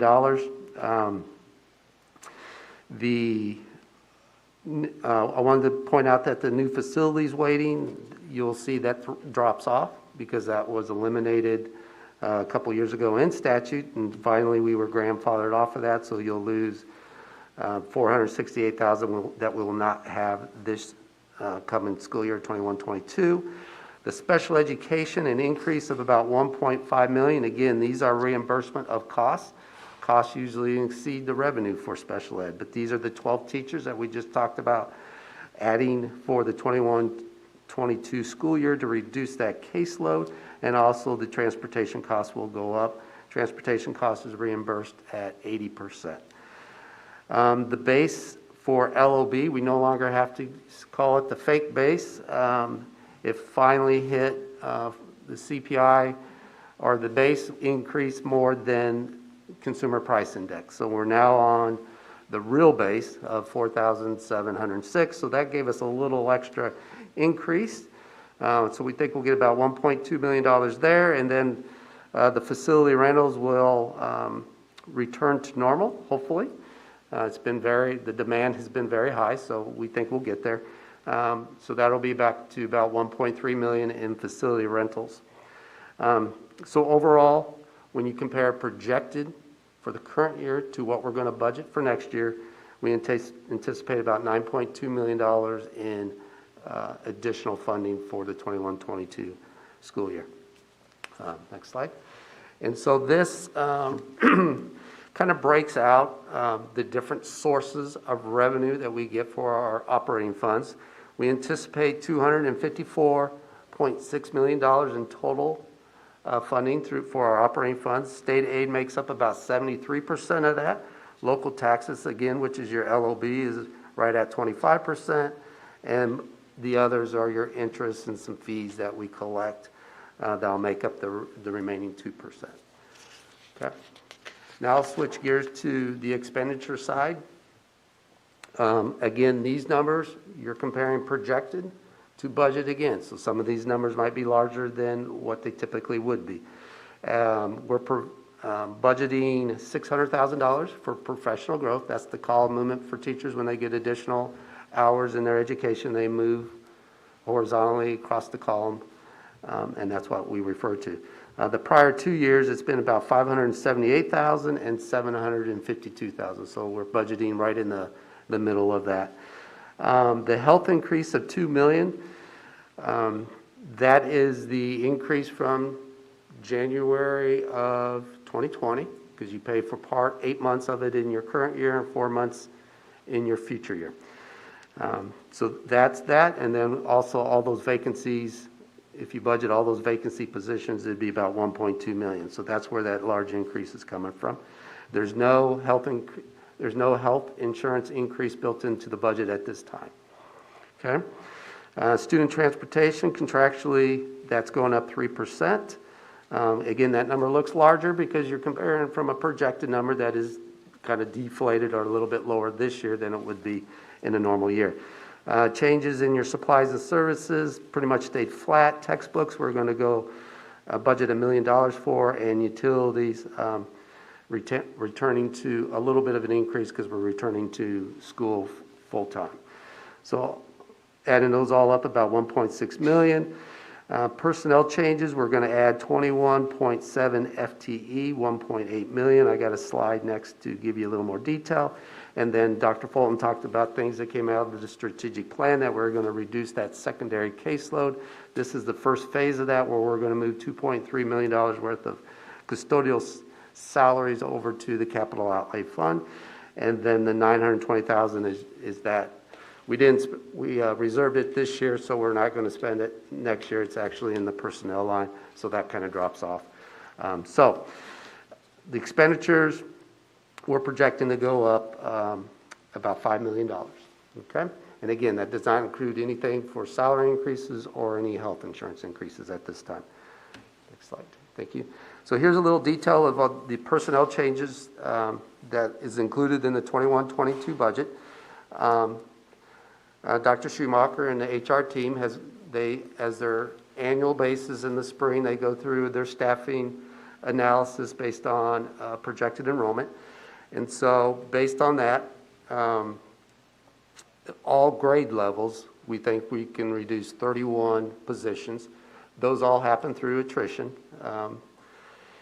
We have enough turnover every summer that those positions become available. And then Dr. Schumacher had to go back after that and then layer in the secondary, getting that first of 2 years implementation of reducing the caseload from 6 to 5 periods. That would add back 41.9. So we kind of just break it out to show you 31 we can reduce because of projected enrollment, but now we got to add back 41 because we're reducing that caseload. I'm sorry, the class periods from 6 to 5. There's the 12 SPED teachers that we keep referring to. We're adding an assistant principal at Trail Ridge, and then we reduced a pre-K section just to match up the enrollment for the pre-K program. So those impact the operating funds. And then I wanted to combine that with the ESSER federal dollars, because a lot of this obviously supports the day-to-day operations of the school district. So the second half under the ESSER, these are all federal dollars, one-time dollars. We'll use ESSER 2 and ESSER 3 to fund these over the next 2 to 3 years. So this, as Dr. Hubbard's team presented back in April 12th on how we're going to spend ESSER 2, ESSER 3, this came out of that plan.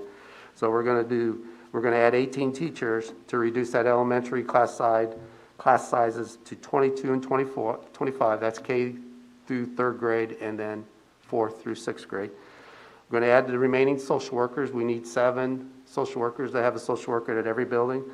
High school counselors, we're going to add 5. 4 is coming from ESSER. Another one's going to come from gifts or a grant from the Kauffman Foundation. Secondary math teachers, we're going to add 10 of those. And then instructional coaches, I believe we're going to add 6.5, and that gives every elementary building a full-time instructional coach. Correct.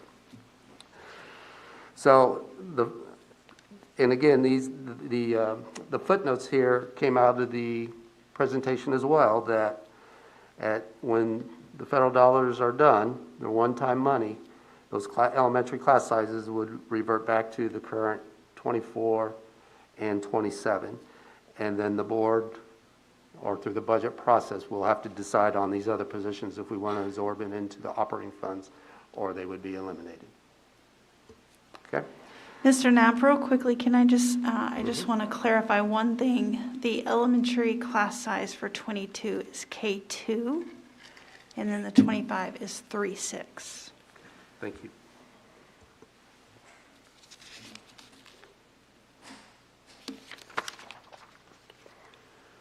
Next slide, Terry. Thank you. So in summarizing the total operating expenditures, we're budgeting $248.7 million.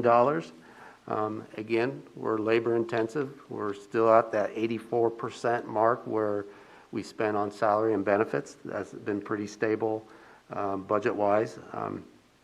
That hasn't grown larger, so that is a good thing. Again, the budget does not include anything for salary increases or health insurance. We got to go through that negotiation process, and those would be added after that. Next slide. Thank you. You've seen this slide before. This is kind of where we bring it all together and summarize it to tell you where our surplus is and where what our ending fund balances are going to be. So if I can just focus on the yellow column, this would be our anticipated budget for 21-22.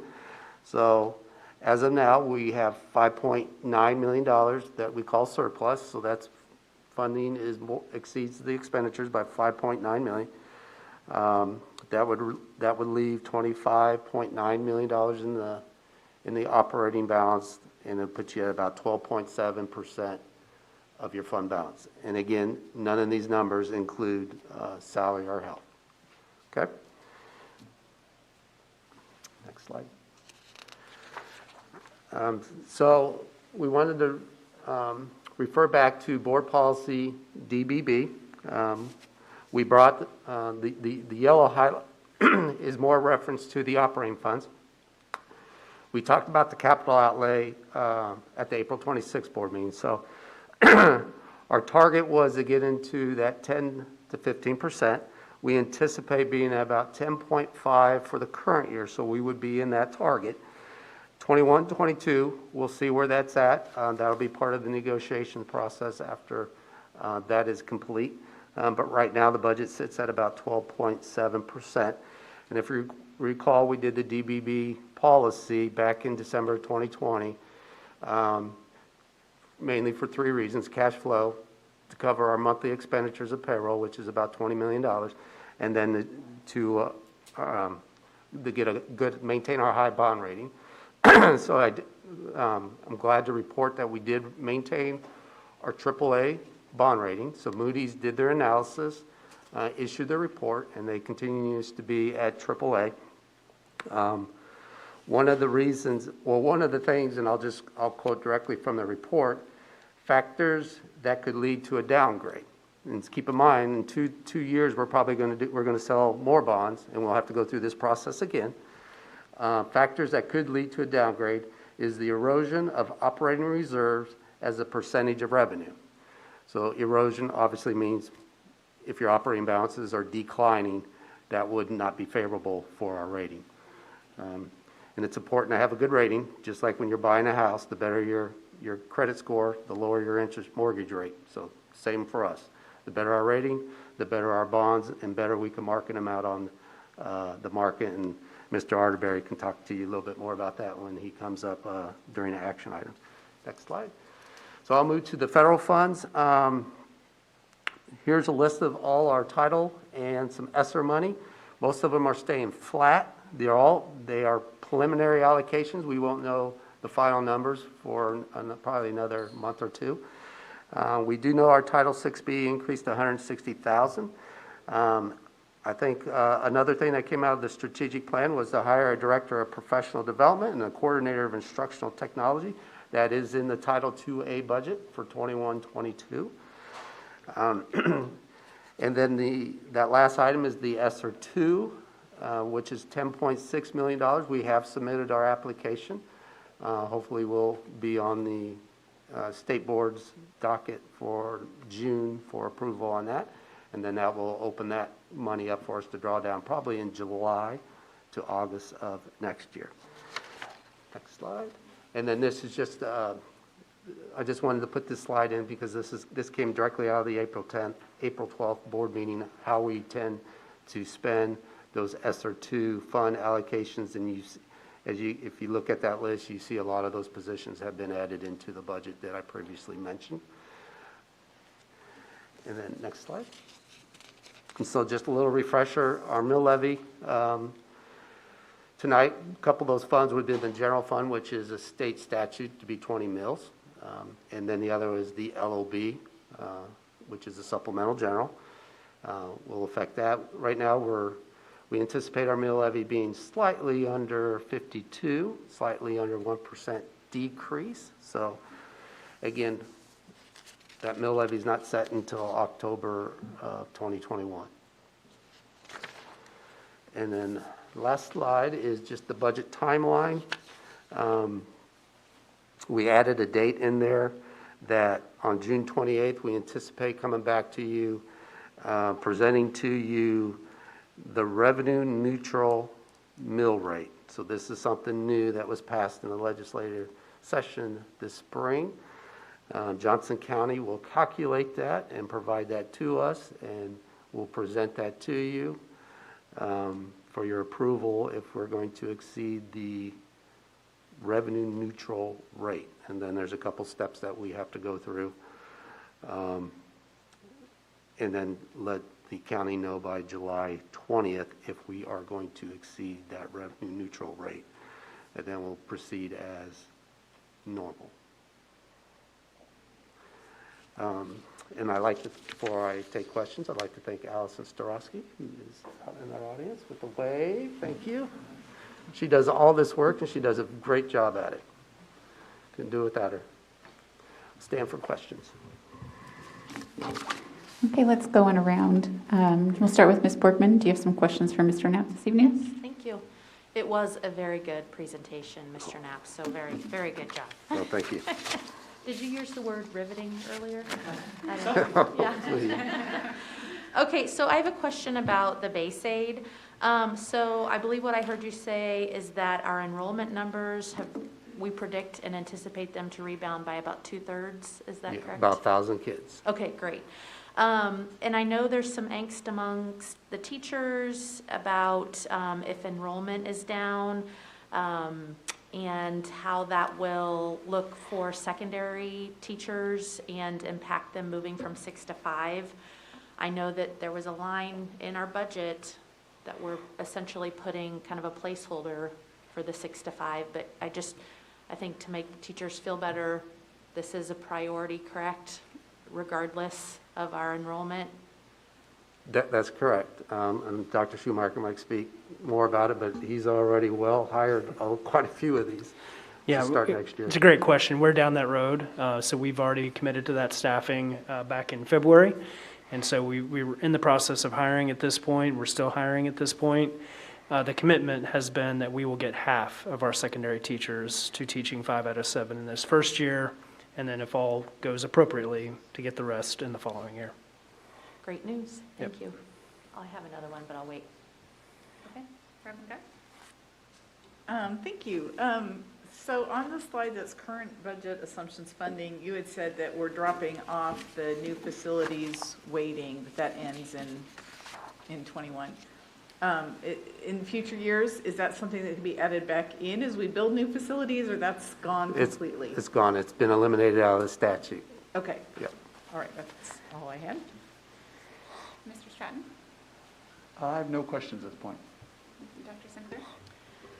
I had a question on the 10th slide, and it's a pie chart that kind of just lays out the anticipated operating expenses. So just for clarification on the, about half roughly is going to our certified teachers, and then there's like 13 million for administrators. So I'm assuming that's including in that administrator, that's about what, 5% of the operating budget, and that includes That would include district administration, building administration, and central staff in that? it would not include central staff, but it would include building administration and district administration. Okay, and so building administration would be more than half of that 13 million? Probably. We're talking principals? Yeah. Yeah, right. I don't, off the top of my Okay. head, I don't know if I Okay. can confirm that. Right. So it's building and central and district administration, not central staff, Correct. Central staff would be in your classified. in the classified? Yes. Okay, thank you. I don't have any questions. Ms. Goodburn? None for me. Thank you. Ms. Embry? I was just going to ask, I loved hearing the talk about how this budget does reflect our priorities as a district and reflects our strategic plan and our deep commitment to equity as a district. I see that in certain places, but I'd love to hear kind of within our admin team where they see us making the strongest investment in equity with this budget. Well, I'll start. I think a lot of it goes back to what was detailed with respect to resources being placed in the classroom. You know, the idea that we're going to have social workers in every school, the commitment to reducing workload so teachers have time to plan, work collaboratively, so that we can in fact achieve those 3 objectives in the life of every child. Reducing class size for at least the next 3 years, we hope. It doesn't solve everything, but it helps. You know, every little bit helps. So when you talk about those 3 objectives, I mean, it all goes back to the relationship between the teacher and the student. And I think our budget priorities are really focused on helping to make those connections stronger. Another piece of this is really making sure that teachers have time to work collaboratively together. There's other parts of the strategic plan that we've been working on with that. Dr. Hubbard might want to go into that some more, as well as Dr. Schumacher. But that's an important piece, because when you think about equity, it really is about understanding every child that you serve, and not just understanding them academically, but what the underlying issues in their life might be that may be inhibiting their growth as a learner. Well, in order to do that, you need time as an individual teacher, but you also need a team around you, because you can't solve all these issues as an individual teacher. It takes a whole team approach within departments, within grade levels, and vertically across the system as people connect and design learning in ways that meet the needs of kids, so that we're not just batch processing kids through a system. Those are some general thoughts. I'd defer to Dr. Hubbard for more. I would add too, while not so much in this operating budget, that a large amount of funds in both Title I, II, III, and IV have been allocated differently in regards to diversity, equity, and inclusion. Just some off the top of my head, Core 1, most of our Core 1 efforts have been paid through title funding, including some special ed funding that we received in regards to disproportionality, in regards to different groups of kids. Project Lit, getting different titles of diverse readings to kids at elementary, middle, and high school. STEM projects for kids that are specifically receiving free and reduced lunch. That is a qualifier under Title IV. While not so much this year, we've done some virtual field trips, but field trips for kids that are underrepresented to colleges for the first time, and Dr. Bates has done a lot of work with that. So really focusing those title funds in that area as well. Yeah, I'm glad you brought up the collaboration time. I think that's a big part of it. And while it's not directly part of the budget, I've spoken about Strategy 322. There was a committee that looked at elementary and middle school collaboration time, that guarded collaboration time. And if you've been watching IBB, we've continued those discussions, and we're going to reconvene that subcommittee and look at ways in which we can find ways, even next year, to find that guarded collaboration time for our elementary and middle school teachers. We know that that's important, and we're committed to finding ways to do that. Thank you, that's really helpful. Ms. Borkman?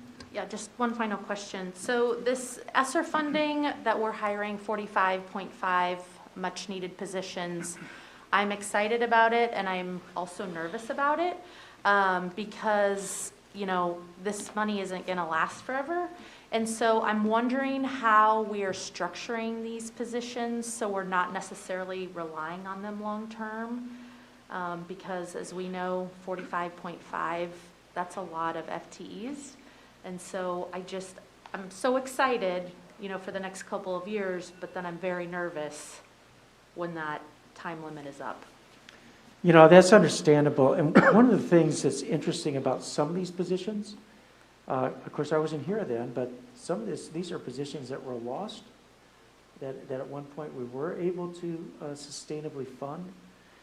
And it's a shame that we're put into a position where we have to pick and choose between what we know are important resources for students, but also for staff members as they try to live out our strategic plan. So I think it's going to be, it's two things. One is it's going to be important to keep this in the forefront of people's minds that these positions are going to have to go away, some of them. It's highly unlikely we're going to be able to afford all of it. But at the same time, continuing to really evaluate of these positions, what are the most critical to maintain, providing that the operating budget allows it to happen. So I don't know if any other team members would like to add to that or not. I would add that I think anytime you have a position and it has to be removed, it's difficult regardless, right? And so I think we all definitely recognize that. The one thing, though, that I want to keep us focused on is that ESSER dollars are intended for specific intervention for learning loss due to the pandemic. And so the intent would be we would structure differently, and we would have more intense intervention for kids due to learning loss. So in hopes that we would catch them up, right? So that does mean that 3 years from now, or 2.5, 3, 4 years ago when this goes away, it will have to be structured differently. I don't think there's any way around that. And that's going to be a tough transition. But the intent is for learning loss and to structure it differently for intervention. Thank you. That's actually, I'm so glad that you brought that up because that is exactly what I was hoping that you would say. We're not necessarily relying on these positions long term. It's more to, the opportunity that lies ahead of us to address this learning loss. So thank you. I appreciate that. Are there any further follow-up questions from any other board members? Seeing none, thank you for the presentation. It's appreciated. The next item on our agenda is the approval of consent items. Barring any requests to remove any items from the consent agenda, I will seek a motion to approve. I move approval. Thank you, Dr. Sinclair. Is there a second? Thank you, Ms. Goodburn. All those in favor, please say aye. Aye. Are there any opposed? Hearing none, that passes unanimously, and we move on to our action items.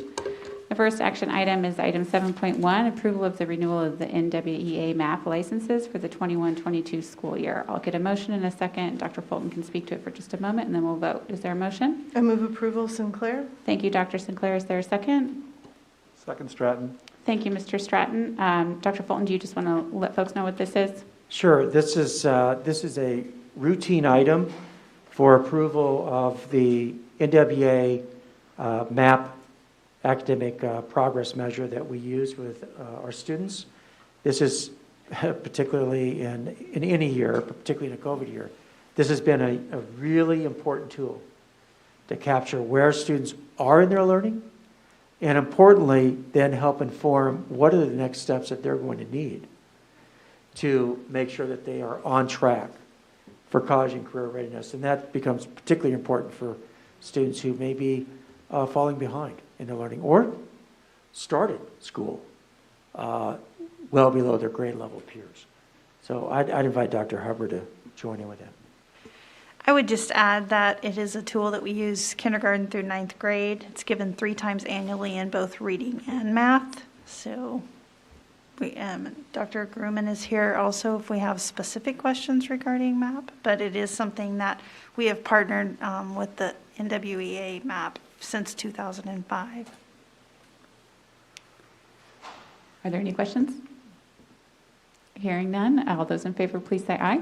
Aye. Are there any opposed? That item passes unanimously. The next item is 7.2, approval to accept the sale of general obligation bonds. I'll get a motion in a second, and then Dr. Fulton can say a word. Is there a motion? So move, Borgman. I'll second. Goodburn. All right, perfect. Go ahead, Dr. Fulton. Sure, thank you. 7.02 and 7.03 both deal with our general obligation bonds. And so we have Russell Knapp, our CFO, with us here tonight, along with David Arbery, who's a public finance director with Stiefel Nicholas and Company, and they're going to provide an overview of those bonds. It's all yours. Thank you and good evening. David Arterberry with Stiefel Nicholas. Tonight represents the final steps that the board will need to take to authorize the issuance of 2 series of bonds. The first series of bonds includes half of the what I'll refer to as the new money bonds that were authorized by voters at your recent election. And then the other series of bonds represents a refinancing of some of the bonds that were originally issued by the district back in 2015. You might recall I was here back in March to kind of tell you a little bit about the process that we would be going through, and then kind of gave you some updates on the estimated interest rates and how much savings the refinancings would achieve. Since then, we've been busy preparing for the sale of the bonds that occurred last week. One of the things that we went through, as Mr. Knapp mentioned, was the rating call with Moody's. And I likewise am very pleased that you guys had your AAA rating confirmed. That's a nice achievement to be able to maintain that rating now for a little over 10 years. One thing that I thought was really interesting in particular in this rating process is that Moody's has actually recently sort of redone their methodology and rating. And in fact, as a part of that change in methodology, they actually probably made it a little bit harder for Kansas school districts to maintain their ratings. And so I thought it was a nice achievement for you to continue to have that AAA rating, even despite some of the changes in the way Moody's measures school district credits these days. And hats off to Dr. Fulton and Dr. Hubbard and Mr. Knapp. They all did a really good job in representing the district to the analysts at Moody's. After the rating was affirmed, about 2 weeks ago, the offering document, the preliminary official statement, was distributed to potential investors. And then all that led up to the actual offering of the bonds occurring last Tuesday. And the market, fortunately, since I was here back in March, interest rates have dropped a little bit. They're not quite as low as they were earlier this year, back in January and February, but they were lower last week than they were back in March when I was here.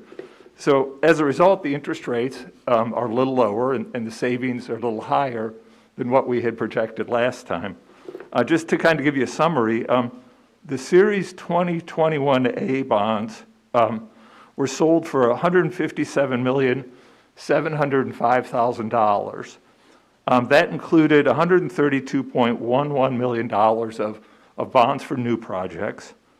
When we were here back in March, we had estimated that those bonds would sell at a rate of about 2.43%.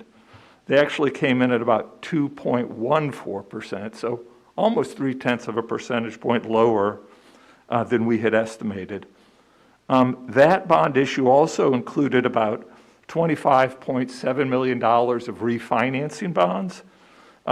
We had estimated that that would generate about $888,000 of savings back in March. The final result ended up being about $979,000 of savings. And that was refinancing a 2012 bond issue. The Series B bonds, which are the taxable bonds, ended up being issued for $87.525 million. When we were here back in March, we had estimated the savings was just going to be a shade under $18 million, and the interest rate was going to be about 2.34.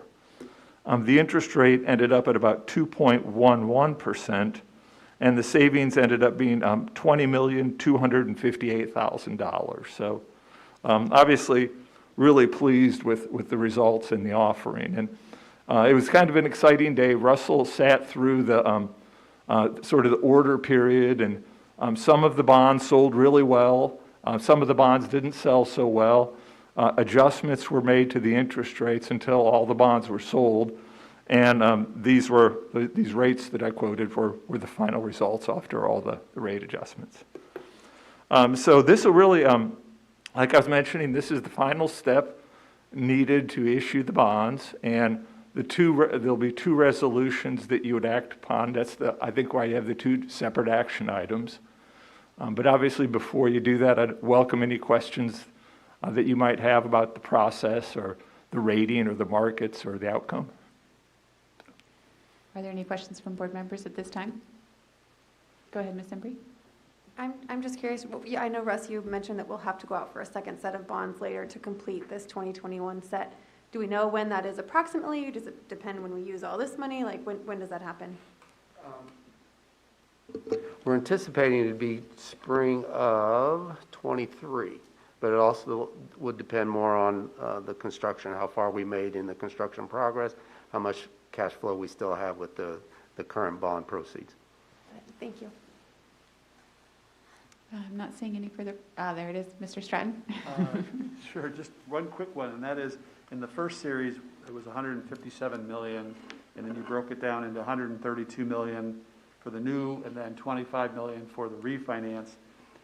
You didn't mention an interest rate for the refinance. Is it all the same rate? Was it 2.14 for both the new and the refinance, or was it different for the refinance? No, it was different. The 2.14 was for the new, the $132 million is new money. The refinancing, let me check real quick. It was about 0.48 for that piece of it. So the whole thing altogether, the interest rate was, And you mean that the refinancing piece was 2.48, is that what you said? Or you're doing the... I'm sorry, let me back up again. Yeah. The refinancing component had an interest rate of 0.48% on it. The new money component, I misspoke, it wasn't 2.14%, it was,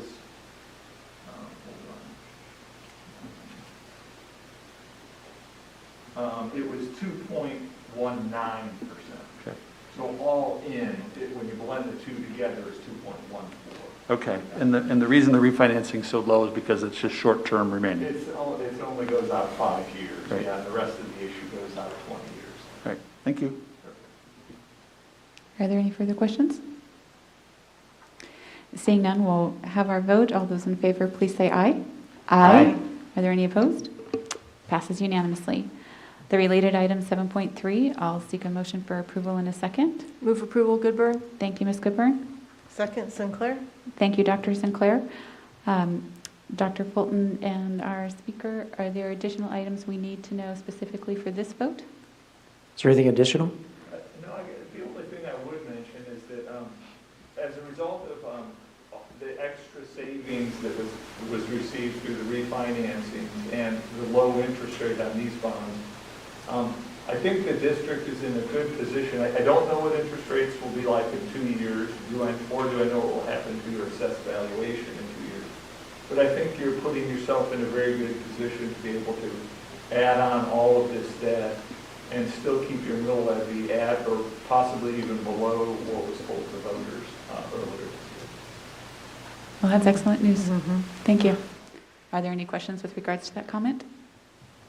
Seeing none, all those in favor, please say aye. Aye. Are there any opposed? Passes unanimously. Thank you so much for joining us this evening. The next item on our agenda is 7.4, approval of revised board policy CN, public records. This is a first reading, so we will not be taking a vote this evening. So I will just turn it over to Ms. Goodburn to provide us an explanation of this policy update. Yes, CN is under public records, and you all can see the changes that were made to it. Basically, it was following, we had a couple different updates to KASB model policy language that had happened, and also then district staff was able to make a few modifications to it, to like the first paragraph that designates the general counsel as the local freedom of information, offers some specificity to Shawnee Mission, to this policy. Does anyone have any questions for Ms. Goodburn regarding this policy? I do. Okay, Mr. Stratton. Was there discussion about what makes up all the different types of records? Because I know that it says in here, it defines what records are, and I just wondered, the more that we're doing recordings and putting them out on places like YouTube and things like that, is that also considered a record that we need to formalize in this type of record? I believe, yes, I believe, yeah. Okay. That's right. All right. We did, yeah, we had, because some of the language was a bit antiquated. Yeah, right. So this language updates to our current and anticipated, what we know might be future practice, which is really digitizing things. Yeah. So it does adjust for that. All right, thank you. And again, this is a first read, so if anyone has any comments or suggestions for changes, submit those to Dr. Fulton and myself, or Dr. Fulton, and we'll discuss those at our June 3rd meeting. Thank you. It looks like we're ready to move on to item 7.5, approval of board policy BTA, developing and adopting policy. This is also a first read. So again, I will turn it over to Ms. Goodburn to provide us with an explanation. Right. So basically, this policy BDA, we had it in our policy manual before, but this is an expanded version that KASB had recommended. And at the time when we did a policy review back in 2014, there was a thought on the board, I guess, to remove as much procedure from our manual from our policies as possible. And so this was probably recommended then too, but we removed this procedure, and this board now, the policy review committee anyway, has discussed putting it back in because it wasn't found really any place else. It was current, and to kind of discuss about, we needed some more structure, I guess, about policy review. And so we wanted to put it back into policy. So some of this may seem a little procedural to you, but in the absence of not having it in our board manual or any other place, we decided to go ahead and present this to you. And it is model policy that from KASB that we have, again, modified it for Shawnee Mission. I would note too, just Shawnee Mission, I think, is one of the few districts in the state of Kansas that has a policy review committee. So KASB has model policy that does not contemplate the existence of a policy review committee or policy committee as we have in Shawnee Mission. So I would read it through the lens of, does it adequately represent the role of the policy committee, particularly when we're starting from a model policy that is intended for a district that is not quite as big as Shawnee Mission, and probably doesn't have a whole policy committee in place. Thank you. And I did receive from Mr. Stratton and from Ms. Borgman two recommended changes to the policy, again, that we will, if you want to discuss those now, you can. If not, we have them. We will go to our policy review committee on June 3rd and discuss those. And any other ones that come up between then. I might just bring mine up just to get other thoughts and perspectives on it as well. I'm curious to hear from other board members. So my suggestion was under public input on policy, if you can see that in on your computers. So it says individuals or groups may submit proposed changes in board policy by submitting proposed changes in writing to the superintendent or through public comment at a regular board meeting, which may be referred to the policy review committee. And then right under it, it says, under adoption and amendment procedure, any proposed change to an existing policy or any proposed new policy shall be referred to the policy review committee for initial review, consideration, and revision. So my suggestion is in that under the public input on policy, strike out may and include the word shall. And a couple thoughts on that, if it's okay, Ms. Goodburn. Sure. Just for transparency purposes, it would, as someone who sits on the policy review committee, I would be interested to hear if there are suggestions from individuals or groups about proposed changes in board policy. And this would just ensure that the policy review committee would hear those. And then to kind of maybe perhaps support that would be just, again, under that adoption and amendment procedure, it says any proposed change to an existing policy or any proposed new policy shall be referred to the policy review committee for initial review, consideration, and revision. So the may, which is how it stands now, in my mind, perhaps contradicts the next sentence. And so keeping some consistency in there with shall be referred to the policy review committee, and then also, again, going down, shall be referred to the policy review committee. In our discussion in our meeting, we did have many shall and may conversations that day. Lots of shalls. So we'll go back on June 3rd and have another shall or may conversation. But thank you for that. We shall have one more. We shall talk again. And just, I wanted to let the board know I was not at the last meeting. We spent the evening at Children's Mercy for a little injury. So anyway, that's why I'm bringing this up now to the board, and also to get any perspectives as well. So thank you. Go ahead, Mr. Stratton. Oh, okay. Well, I have some thoughts on that, and one of them would be potentially in between the public input on policy and the adoption amendment procedure to, provide perhaps for a board weighing in. Maybe if there's a proposed policy, the board could weigh in and say, yes, we do want this to go to the sub-policy committee, so that way, perhaps, in a scenario where there could potentially be policy proposals that we know are unworkable, or we know that staff time invested in it is not going to bring a return that is worth the amount of staff investment, depending on if potential folks, whatever their interests may be with the district, opening it up for everyone to be able to say, you shall do this is fairly broad. So if you inserted a role for the board to say, you know what, I think that's great. I want the admin team and the leadership team to invest the time and effort into researching this and fleshing it out. So that the board is kind of a filter, so that we can, and if it's a board priority, we can definitely put the district resources into figuring out whatever that new policy would be. I don't know, that would be my thought, so that the superintendent perhaps isn't in that spot where they're making a call. The board is still participating, and then the sub-policy committee, which is an arm of the board, can do the work once the board's weighed in to Yeah. given up or down. Like that might provide like a smaller, Yep. a smaller filter, but still board control and. Yeah, and then that way, I totally agree. And then perhaps that way the public could feel heard by the board as well. Mhm. Or even if it's the subcommittee, they would still be heard. Their suggestion would be heard. Heather, oh, sorry, can I clarify? Are you suggesting that there's sort of a filter of a public suggestion of a policy and then the board weighing in on if it was something it might want to take up and then referring it on to the policy committee for additional work? Right. Or if it, I guess in my mind, it might be flip-flopped the other way. If it comes in from the public, referred to the policy committee, of course, we would get a recommendation from our administrative team about how they feel about that particular policy.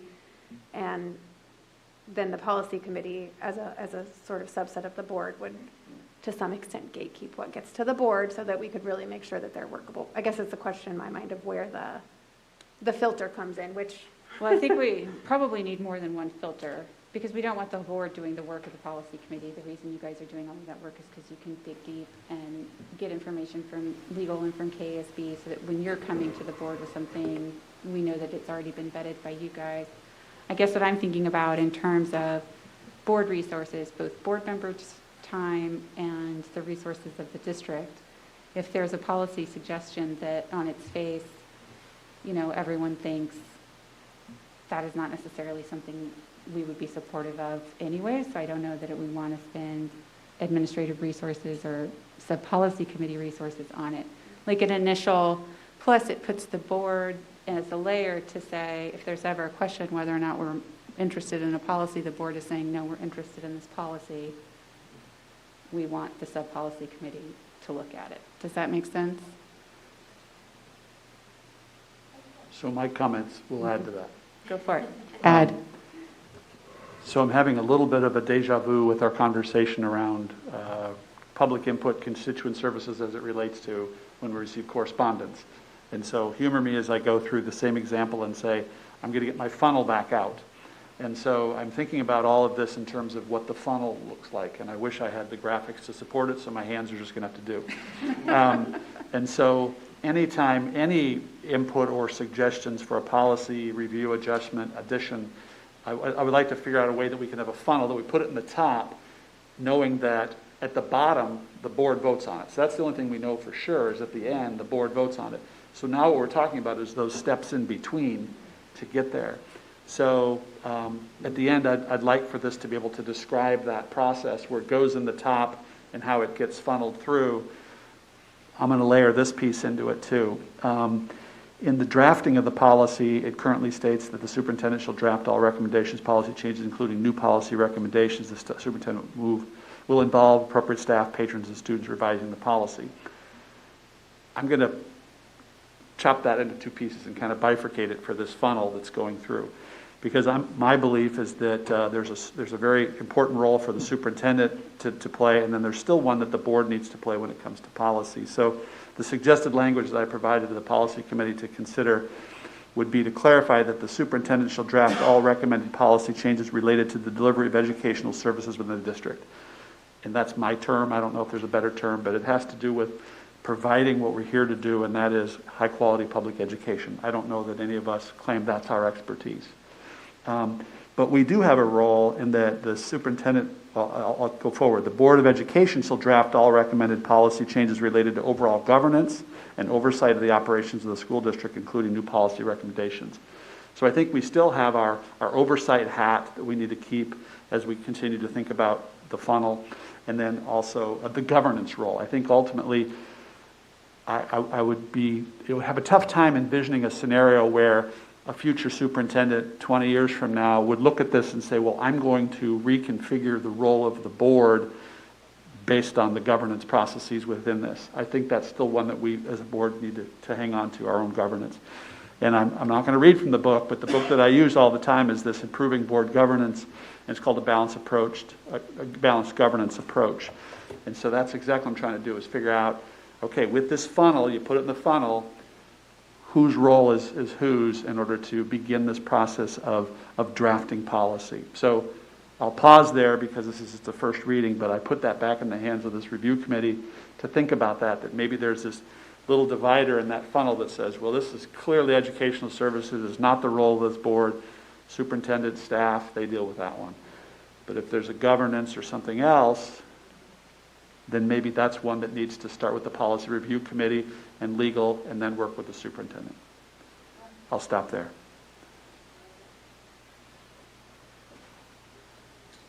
Okay, again, this is first read, so Right. stay tuned. I'm just looking at other board members to see if there's anything further to discuss on this one. It looks like everybody's good to go. Okay, thank you so much. Looks like we have reached the portion of the evening where we get comments from board members, and I will start on Ms. Hembree's side of the table this evening. Thank you, Ms. Hembree. I just want to note, I don't think that we will see each other until the end of this school year. And I want to say thank you to all of our teachers out there, but I feel like this year in particular has embodied so many difficult decisions for everyone around this table, for everyone out in our community, for every parent. Like, the number of agonizing decisions people have had to make is unmeasurable. So mostly I just want to say this school year is almost over, and I think we're all kind of excited for that. Well, we won't see each other except for all those graduations next week. So we'll be spending it, well, we may or may not see you. I'm not sure which ones you're going to. I just wanted to give a quick shout out to, you already mentioned it, Dr. Fulton, the two gentlemen from South that did this Shawnee SMSD for trees, Harley and Chase.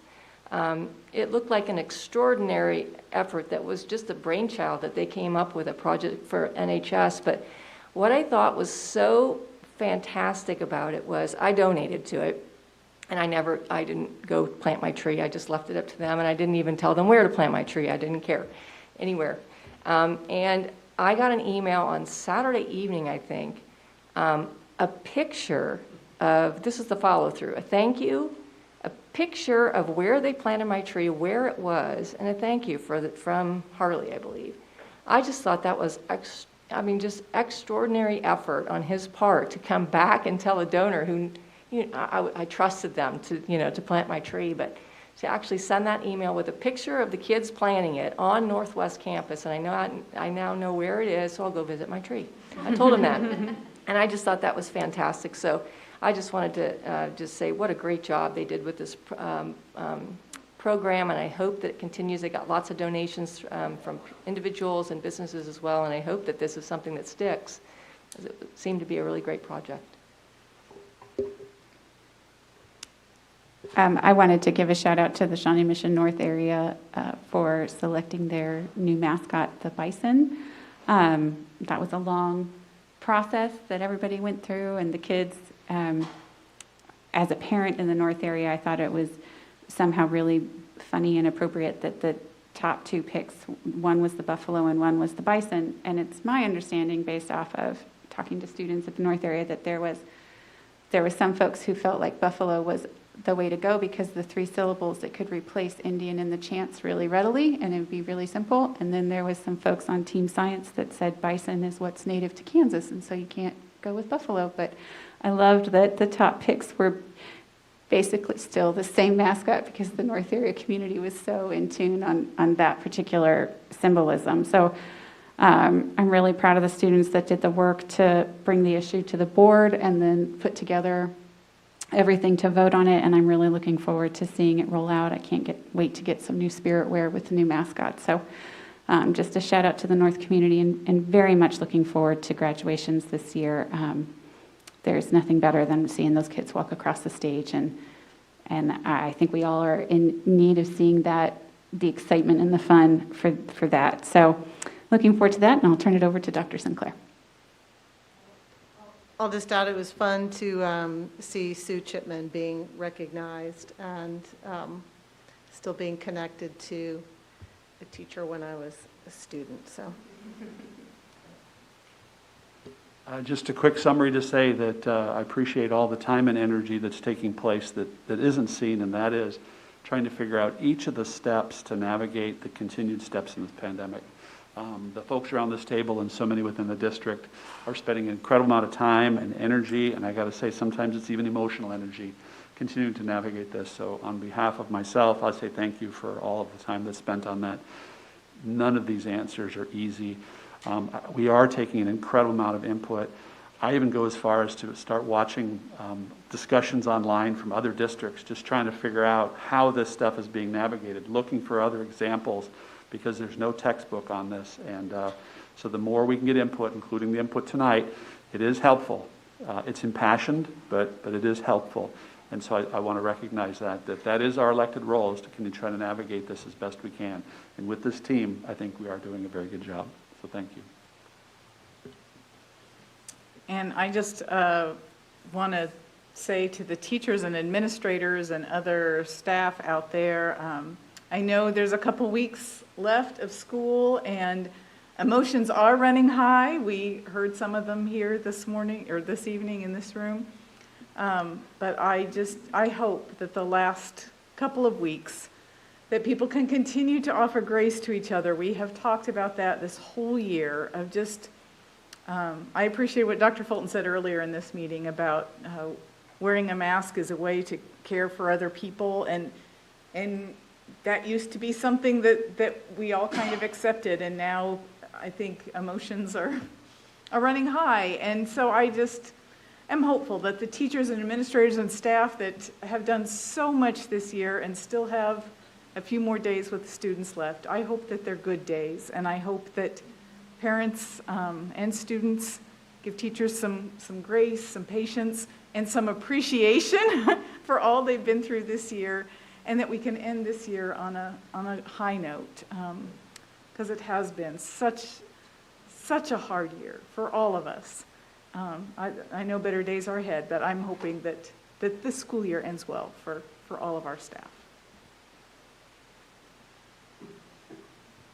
I just wanted to say congratulations to the seniors, class of 2021. Wow, this is such an exciting time in your life. I can't wait to celebrate this time with seniors. I've heard from other board members that the graduation is like just one of the greatest highlights of being a board member, and I can't wait to take part in that with all of you. Seniors, your future is so bright. You have overcome so much, and I'm just so proud of you. I remember at my high school commencement speech, my favorite teacher, Mr. Wilson, gave the speech, and he said, I'll never forget it, and I don't know why it stuck with me, but he said, just take a minute to say goodbye. And so, take a minute to all the seniors and just say goodbye and do the things you need to do to give gratitude, to give appreciation to this moment in time, because boy, you've been through a lot. To the teachers and students and parents, we're almost there. I'm almost done making lunches for the school year. I cannot wait. I am like crawling to that finish line.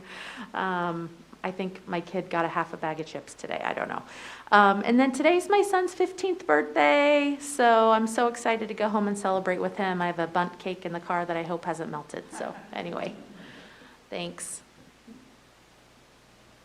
Thank you, everyone. We will take a 10-minute recess and reconvene for an executive session. So I will turn to Dr. Sinclair for a motion to put us into executive session, please.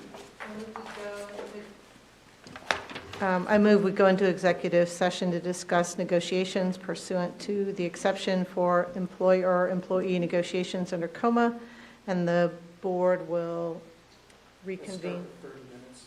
Okay, so at 8:40, correct? If we're taking a 10-minute break? That works. I'll seek a second. I'll second that. Thank you, Mr. Stratton. All those in favor, please say aye. Aye. Once executive session is concluded, there will be no more business.